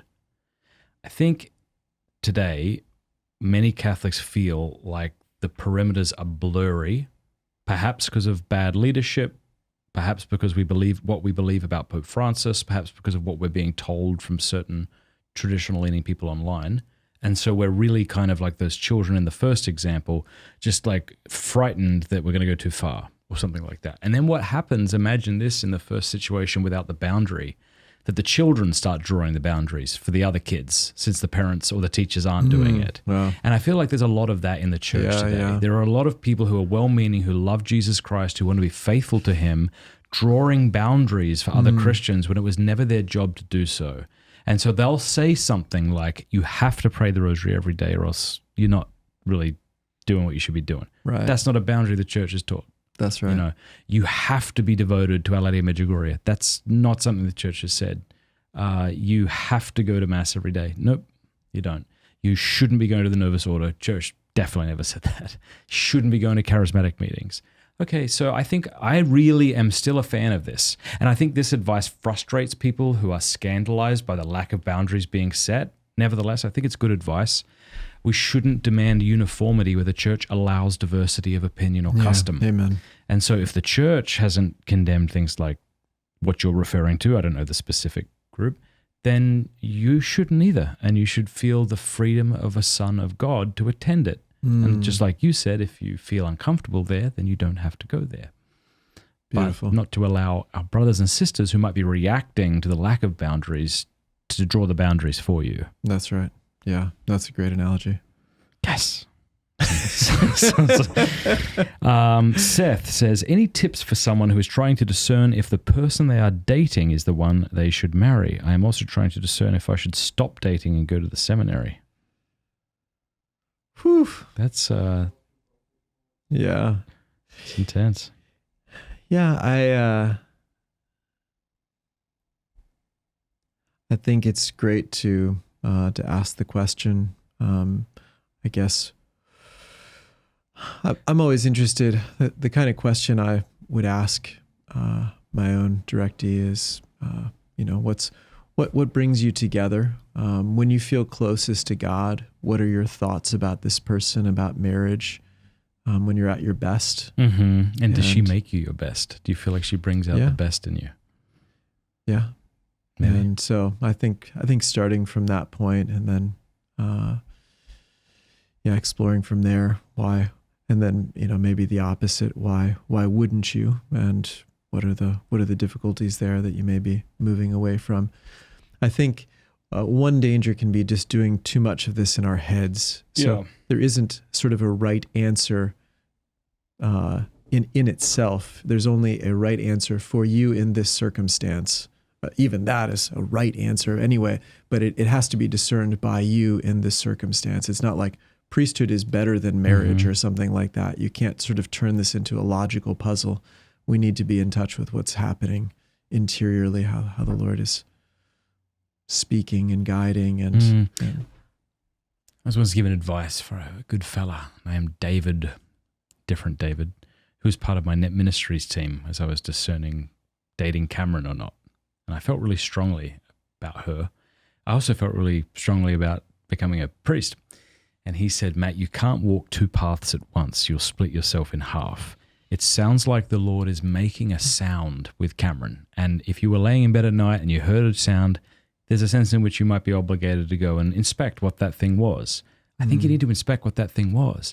And so I made a decision that very day to cease discerning the priesthood. Like I made an active decision to no longer go to those websites, to no longer chat with, and just to give this a chance. I also think the question, like, what do you want to do, might be helpful. Do you think? Like, what do you want to do? Yeah. If God gave you the option, what would you say? Yeah. Do you think that's helpful? Yeah. I know our desires can fluctuate from one week to the next. So that's, on any given day, that might not be the answer. But. Yeah. Yeah. No, it's certainly helpful. What is it about priesthood that is it really attractive, or is it something, what's drawing you there? Yeah. How do you imagine your life? How do you envision things moving forward?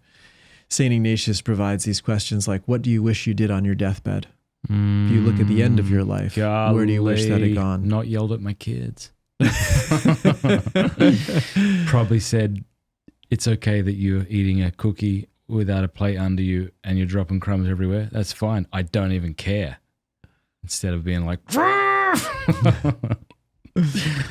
and I think it's also important to set, the end is holiness. The end is the glorification of God. These other things are only means to an end.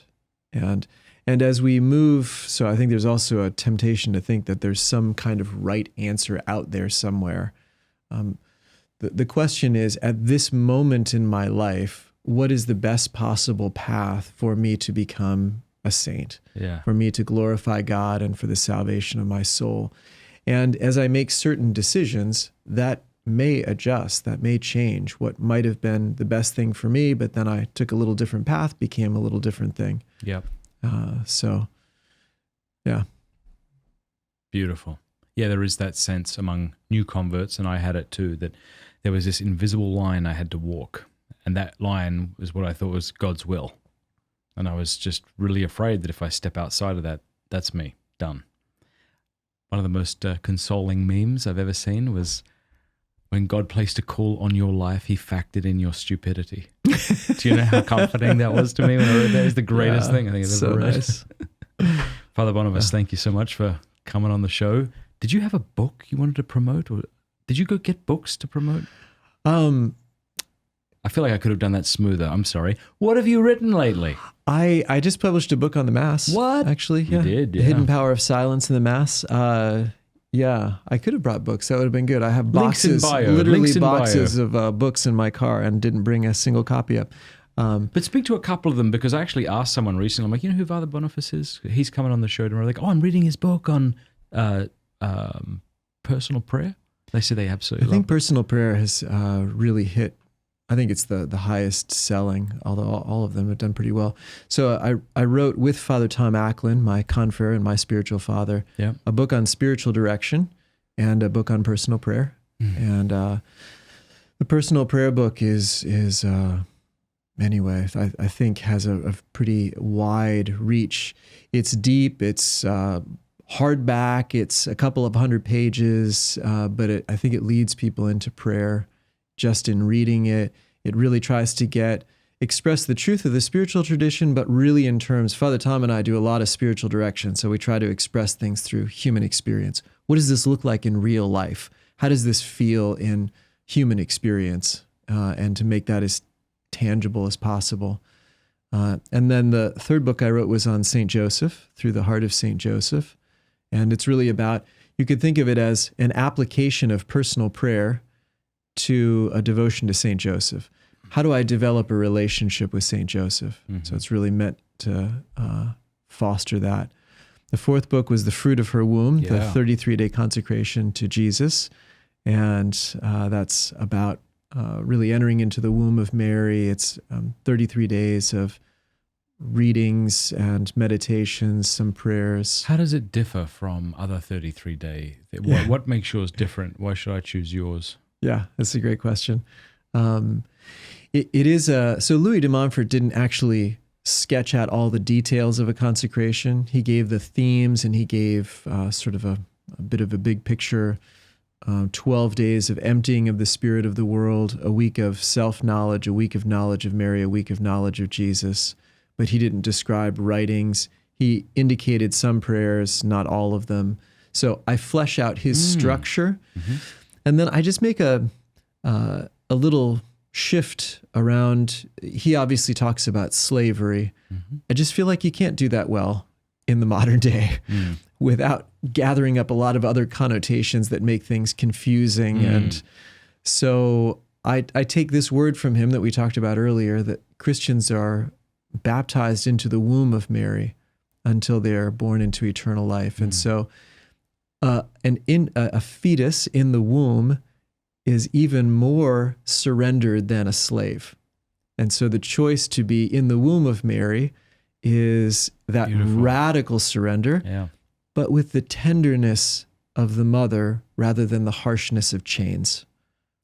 And so just that little shift. I don't think I lose anything positive from St. Louis de I like Montfort's that a presentation. lot. It's actually a little closer to Colby's understanding. You I familiar? think so, yeah. So Colby actually addressed this. He says, how is my consecration different? It's like, well, in Louis, you're a slave, and a slave still has his own will. So in mine, you're an object, and Mary can do whatever she wants with you. Like, I love the fetus is not it's an object that's a subject that's not. Yeah. So mine corrects Colby by by renewing our subjectivity.